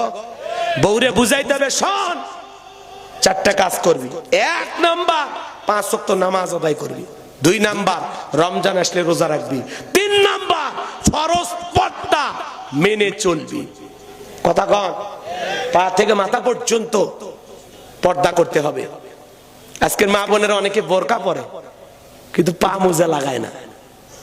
পাগলি জানেই না যে পাটাও তার পর্দার অন্তর্ভুক্ত। কথা কন। আরে মেয়ে মানুষের পা থেকে মাথা পর্যন্ত আল্লাহ আকর্ষণ দিয়েছে। আপনার পায়ের একটা নখ দেখে একটা ছেলে প্রেমে পড়তে পারে। কথা কন না। আপনার একটা চোখ দেখে একটা ছেলে পাগল হয়ে যেতে পারে, আর রাতের ঘুম হারাম হয়ে যাবে। কথা কন, কথা কন। এই জন্য মা বোনেরা খবরদার বেপরদায় চলা যাবে না। পা মুজা লাগাইতে হবে, হাত মুজা লাগাইতে হবে, ঢিলা ঢালা বোরকা পড়তে হবে, টাইট ফিটিং বোরকা না। অনেক মা বোন বোরকার সামনে কি লেস, কি চুমকি, কি এমব্রয়ডারি, মানে এমন কারুকাজ যে ওই বোরকার ডিজাইন দেখার জন্য হলে তাকান লাগবে। কি কথা বল না, এটা পর্দা না ফ্যাশন? পর্দা না ফ্যাশন? তবে পলাশির মা বোনেরা ভালো, এরা খুবই সুন্দর বোরকা পরে, নাই হুজুর? হুজুর করছে আমি কি দেখছি? বিপদ, তাই না? রাগ করতেছেন কি? আমি দোয়া করলে কি খুশি হবেন নাকি আপনারা? শোনেন শোনেন শোনেন, সারা রাত না কিছুক্ষণ, এই কয়েক মিনিটের মধ্যে দোয়া করে দেব। একটু বসেন, ধৈর্য নিয়ে বসেন। এইবার শোনেন, এর বউ আবার রাগ করে চলে গেছে। এইবার স্ত্রীর কাছে যা বলতেছে, কি ব্যাপার? সংসার করলে হয় তোর মা থাকবে, না হলে আমি থাকবো। এরকম বউ বলে না? এই ছেলেটা বলতেছে, কি বলতে চাও তুমি, কি বলতে চাও? তখন বলতেছে, শোনো, তুমি যদি সংসার আমার নিয়ে করো তাহলে আমার বাপের বাড়িতেই থাকো, আর যদি মনে করো তোমার বাড়িতে নিয়ে যাবা তাহলে ওই বাড়িতে তোমার মাকে রাখা যাবে না। তোমারে কি করব? কই তুমি বুঝবা না, আমি মেয়ে মানুষ, আমার কাছে একটা কৌশল আছে, যদি তুমি শোনো তাহলে আমি বলবো। ছেলেটা বললে, বলো। এইবার স্ত্রী রেখে বেলা, শোনো, আজকে এখান থেকে যাওয়ার পথে বাজার থেকে তুমি কমলা কিনবা, কমলা কিনে বাড়ির দরজায় যাবা, মারে ডাক দিবা, মার মুখে নিজের হাতে কমলা তুলে খাওয়াইবা, মার পা ধরে ক্ষমা চাইবা। এরপরে যা যা করার আমি তোমারে বলে দিচ্ছি। স্ত্রী কথা শুনে যখন বাড়িতে আসলেন, কমলা কিনে দরজায় ডাক দেয়, মা দরজা খুলে দাও। মা ডেকে বলে, না বাবা, তোর আঘাতের চিহ্ন গুলো এখন রক্ত পরে, পুষ পরে, আমি আর তোর হাতের মার খাইতে পারবো না। মা দরজা খুলতে চায় না। ছেলেটা কাকুতি মিনতি করে ডাক দেয়, মা আর মারবো না, মা তোর পা ধরে আমি ক্ষমা চাইবো। মায়ের দিল তো নরম, কয়েকবার যখন দরজায় মা মা বলে ডাক দিয়েছে, দুঃখিনী মা দরজা খুলে দিয়েছে। এইবার ছেলেটা মার পার জড়ায় ধরে কান্দে আর ডেকে বলে, মা অনেক বড় বেয়াদবি করেছি, মামারে তুমি মাফ করে দিও। মার পা ধরে ক্ষমা চায়। মা ডেকে বলে, বাবা নিজের ভুল যেহেতু বুঝতে পেরেছিস, তোর জায়গা আমার পায়ে না, তোর জায়গা আমার বুকে আয়। ছেলেটা এবার মার বুকে গেলেন। কমলা ছিলে একটা ফালটা যখন মার মুখে তুলে দিয়েছে, দুঃখিনী মা ডেকে বলে, বাবা এত আদর করতেছিস, ব্যাপারটা বুঝলাম না। ডেকে বলে, মা মনে তো চায় প্রতিদিন আপনারে ফল ফুট কিনে খাওয়াবো, কিন্তু আপনি তো জানেন আমি একের খেতে কাজ করি, একা একা কাজ করি। কেউ যদি আমার একটু সহযোগিতা করতো, আমি গাছগুলো কেটে দিতাম, আর কেউ যদি ছালগুলো পরিষ্কার করতো, তাহলে বেশি হাট বাজারে নিয়ে যাইতে পারতাম, বেশি বিক্রি করে বেশি টাকা ইনকাম করতে পারতাম। মা তখন ডেকে বলে, বাবা বুঝতেই আমি পেরেছি, যা যা বউরে নিয়ে আরামে ঘুমা, কাল ভোরবেলা থেকে আমি মা তোর সাথে আখের খেতে চলে যাব। পরের দিন সকালবেলা মা উঠলেন, ছেলে উঠলো, মা ছেলে মিলে আখের খেতে চলে গেল। ওই ছেলেটা আখের গাছগুলো কাটে আর মা নিচের দিকে হয় সাল পরিষ্কার করে। স্ত্রী ষড়যন্ত্র হলো, তোমার মা যখন আখের খেতে যাবে ওই কোদাল দিয়া এক কোপে মার কাল্লাটা ফেলায় দিবা, জমিনের ভিতরে গর্ত করে পুঁতে রাখবা, পৃথিবীর কেউ টের পাবে না। কেউ যদি বলে তোমার শাশুড়ি কোথায়, বলবো ঝগড়া লাগে কই চলে গেছে আমরা জানি না, সাপও মরবে লাঠিও ভাঙবে না। এটা হলো স্ত্রীর একটা গভীর চক্রান্ত, ষড়যন্ত্র। এই ছেলেটা সেই ষড়যন্ত্রের ফাঁদে পা দিয়েছে। এইবার আখের গাছগুলো কেটে দেয় আর মা নিচের দিকে হয় সাল পরিষ্কার করে। এইবার সুযোগ বুঝে যখন কোদালটা উঁচু দিকে তুলে ধরেছে, মার কাল্লাই মারবে, কোদালটা উঁচু করে তুলে ধরেছে, মাকে একটা কোপ দেবে। কত বড় পাষাণ হলে, কত বড় নিঠুর হলে, কত বড় নির্দয় হলে এমন কাজ করতে পারে। যুবক, ওই যে বলছিলাম সন্তান ভূমিষ্ঠ হওয়ার আগে মারে কয়টা লাথি মারে? কথা কন, কথা কন। এত জোরে লাথি মারে, প্রথম লাথি যখন সন্তান মায়ের গর্ভে মারে, এই লাথি মারার কারণে সন্তান এতদিন যে কভারের ভিতরে ছিল, যে প্যাকেটের ভিতরে ছিল, এটা ফেটে যায়। মা কত কষ্ট পাই, কেমনে বুঝাবো আপনাদের। দ্বিতীয়বার এত জোরে লাথি মারে, মা ব্যথায় ছটফট করে। তৃতীয়বার যখন লাথি মারে বাজা, মার শরীর দিয়া রক্ত ঝরা শুরু হয়ে যায়। যেই সন্তানগুলো নরমাল ডেলিভারিতে দুনিয়ার জমিনে আসে, ওই সন্তানটা ভূমিষ্ঠ হওয়ার সময় মা তার শরীর থেকে ছোট্ট বালতি দিয়া 1 বালতির মতো রক্ত ঢেলে ফেলে দেয়। ওই রক্তটা যদি ওজন করা হয়, কমপক্ষে 2 কেজি থেকে 2 কেজি পর্যন্ত রক্ত মা সন্তানটাকে জন্ম দেওয়ার সময় নিজের শরীর থেকে ঢেলে ফেলে দেয়। কত মা ওই তৃতীয় লাথি খাওয়ার পরে জ্ঞান হারিয়ে ফেলে। সন্তান দুনিয়াতে আসার পরে উম্মা উম্মা করে যখন কান্দে, ওই কান্নার আওয়াজ যত বেশি মা দ্রুত শুনতে পারবে, তত দ্রুত মাটা সুস্থ হয়ে যাবে। সন্তান যখন ভূমিষ্ঠ হয়, এইবার যখন মার জ্ঞান ফিরে আসে, লোকজন যখন সন্তানটা মায়ের কোলে দেয়, মা তখন সন্তানের গালে মুখে চুমা খায় আর বলে, বাসাদর, ও আমার কলিজার টুকরা সন্তান, এতদিন গর্ভে রাখার কষ্ট, প্রসাবের যাতনা, যত কষ্ট আমারে দিলি, আমি তোর মুখটা দেইখা আমি মা সব কষ্ট ভুলে গেলাম। সন্তানের মুখের দিকে তাকায়া মা সমস্ত কষ্টের কথা ভুলে যায়। রে যুবক, কেমনে পারো সেই মারে গালি দিতে, কেমনে পারো সেই মায়ের সাথে খারাপ ব্যবহার করতে? আল্লাহ বলেন, ওয়াকাদা রাব্বুকা আল্লা তা'বুদু ইল্লা ইয়্যাহু ওয়া বিল ওয়ালিদাইনি ইহসানা। আল্লাহ বলে, আমার ইবাদত করো, আমার গোলামি করো, আমার ইবাদতের সাথে আর কাউকে শরীক করো না। আমার ইবাদতের পরে তোমাদের দায়িত্ব হলো মাতা পিতার খেদমত করা, তাদের সাথে উত্তম আচরণ করা। হে তরুণ যুবকেরা, শুনে নাও, তুমি যদি তোমার মা বাবার সাথে ভালো আচরণ করো, তোমার সন্তানও একদিন তোমার সাথে ভালো আচরণ করবে। কথা বলে। একটা শিক্ষিত লোকের গল্প পড়েছিলাম, বাড়িতে অনেক ভিআইপি খাবার হয়ে গেছে, তেহারি বিরিয়ানি রান্না, রস, অনেক কিছু দামি খাবার, ভাঙ্গা একটা প্লেটে কিছু এটো খাবার দিয়া ছোট্ট ছেলেকে বলতেছে, যা এই খাবার তোর দাদু ভাইকে দিয়ায়। এখনকার ছোট্ট বাচ্চারা হলো কম্পিউটার, জন্ম নিয়ে একজন নাসা বিজ্ঞানী। জিজ্ঞাসা করছে, আব্বা, আমরা এত ভালো খাইলে আমার দাদুর জন্য এটো খাবার, ভাঙ্গা প্লেট, কারণ কি? তখন বলতেছে, তোর দাদুর বয়স হয়ে গেছে, এই খাবারে চলবে, যা। তখন ওই ছেলে বলতেছে, আব্বা, তাহলে আমি যত্ন করে প্লেটটা রেখে দেব, ঠিক দাদুর মতো যখন আপনার বয়স হবে, এই প্লেটে করে আমিও আপনাকে খাইতে দেব। শিক্ষিত মানুষ, বিবেকের দরজা খুলে গেছে, ভাঙ্গা প্লেটের খাবার ফেলে দিয়া সন্তানকে বুকে জড়ায় বলে, বাবা, কলেজ বিশ্ববিদ্যালয়ে যা শিখতে পারি নাই, আজকে তোর কাছে তাই শিখলাম। এইবার বাবাকে যে স্টুডুমে ফেলাইয়া দিছিল, সেখান থেকে 3তলা বিল্ডিং এর উপরে তুললেন, এরপরে গোসল করায় দিয়া নতুন জামা পরাইয়া বাবাকে আদর যত্ন করতে লাগলেন, বাবার সেবা করা শুরু করলেন। স্ত্রী যা বলে, কি ব্যাপার? ওই বুড়া মানুষটারে আবার উপরে তুলেন, কয়, চুপ কর, আজ থেকে আমরা যা খাবো বাবা তাই খাবে, আমরা যা পরবো বাবা তাই পরবে, আমরা এই রুমে ঘুমাবো, পাশের রুমে বাবা ঘুমাবে, যদি করিস বাবার সাথে বাড়াবাড়ি 1 2 3 পাঠায় দেব বাপের বাড়ি। বউরে বলেন না, আপনি বলেন, যতদিন আমার মা বাবা জীবিত থাকবে, এক পাতিলে রান্না হবে, পাতিল আলাদা হবে না। যদি আলাদা রান্না করার ইচ্ছা হয়, তুই একলাই খাস, মুখ পাবো না। কথা কর না, আমারই ভাইবি না, একলাই রান্না করে খাবি। বিরক্ত হইছেন? হইলে হন গে, কষ্ট হচ্ছে আপনাদের। এজন্য যুবক, তুমি যা করবা তোমার মা বাবার সাথে রেডি থাকো, ডায়েরিতে লিখে রাখো। 23শে ডিসেম্বর গোলাম রব্বানীর এই কথাটা তোমার জীবনে ডায়েরিতে লিখে রাখো। তুমি যদি তোমার মা বাবার সাথে বেয়াদবি করো, খারাপ আচরণ করো, তাদেরকে কষ্ট দাও, রেডি থাকো, তোমার সন্তানও দ্বিগুণ ফেরত দেবে। যা যা করছো ফেরত দেবে, রেডি থাকো। তাহলে মা বাবারে কষ্ট দেওয়া, পা দুটো আগায় দেন না ভাই, আপনাদের পা ধরে অনুরোধ করে বলে যায়, মা বাবার মনে কষ্ট দেবেন না। মা বাবা হলো বটবৃক্ষ, আমাদের নিয়ামক, তারা দোয়া করলে আমাদের কপাল খুলে যাবে। কথা কয় না, কথা কয় না।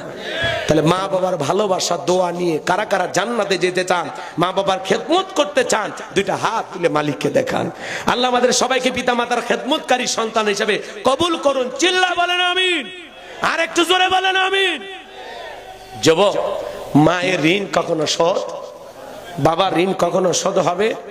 রক্তে ভাসিয়া যাতনাই কাঁদিয়া আনলে মাগো আমায় দুনিয়ায়, তোমার ঋণ আমি কি দিয়ে শোধাই মাগো, তোমার ঋণ আমি কি দিয়ে শোধাই। দেখেছি পৃথিবীতে প্রথম মায়ের মুখ, পেয়েছি ভালোবাসায় পূর্ণ মায়ের বুক। বলতে পারি না কথা, মা বোঝে আমার ব্যথা, তাই তো রেখেছো মা বুকেতে জড়াই। তোমার ঋণ আমি কি দিয়ে শোধাই মাগো, তোমার ঋণ আমি কি দিয়ে শোধাই।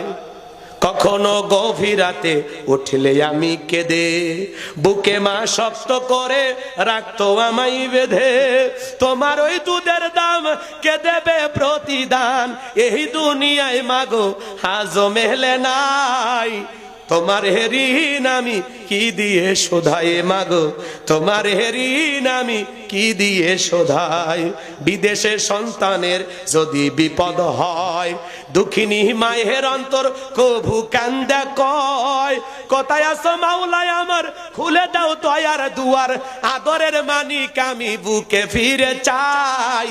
তোমার ঋণ আমি কি দিয়ে শোধাই। তো জোরে কর না মারহাবা। মায়ের ঋণ শোধ হবে না।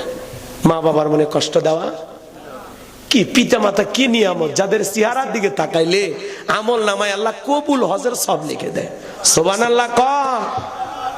কাবার দিকে তাকাইলে সব পাওয়া যায়, মা বাবার চেহারার দিকে তাকাইলেও সওয়াব পাওয়া যায়। সুবহানাল্লাহ ক। আরে ঘরের মধ্যে তো আপনার কাবা, কথা কয় না, কথা কয় ঠিক। নিজের মা বাবারে ভাত দেয় না, পীরের পূজা করে। নিজের মা বাবার খবর নেয় না, পীরের ভক্ত হয়ে গেছে। ভণ্ডামি বাদ দাও, আগে ঘরের পীর ঠিক কর, আগে মা বাবার সেবা করো, খেদমত করো। মা বাবার দোয়া নাই, তকদির খুলে যাবে। মা বাবার দোয়া নেন। আল্লাহ আমাদের বুঝ দান করো। জোরে কোন আমিন। কষ্ট পাইছেন? কথাগুলো কি শেষ করবো না দোয়া করবো বলেন?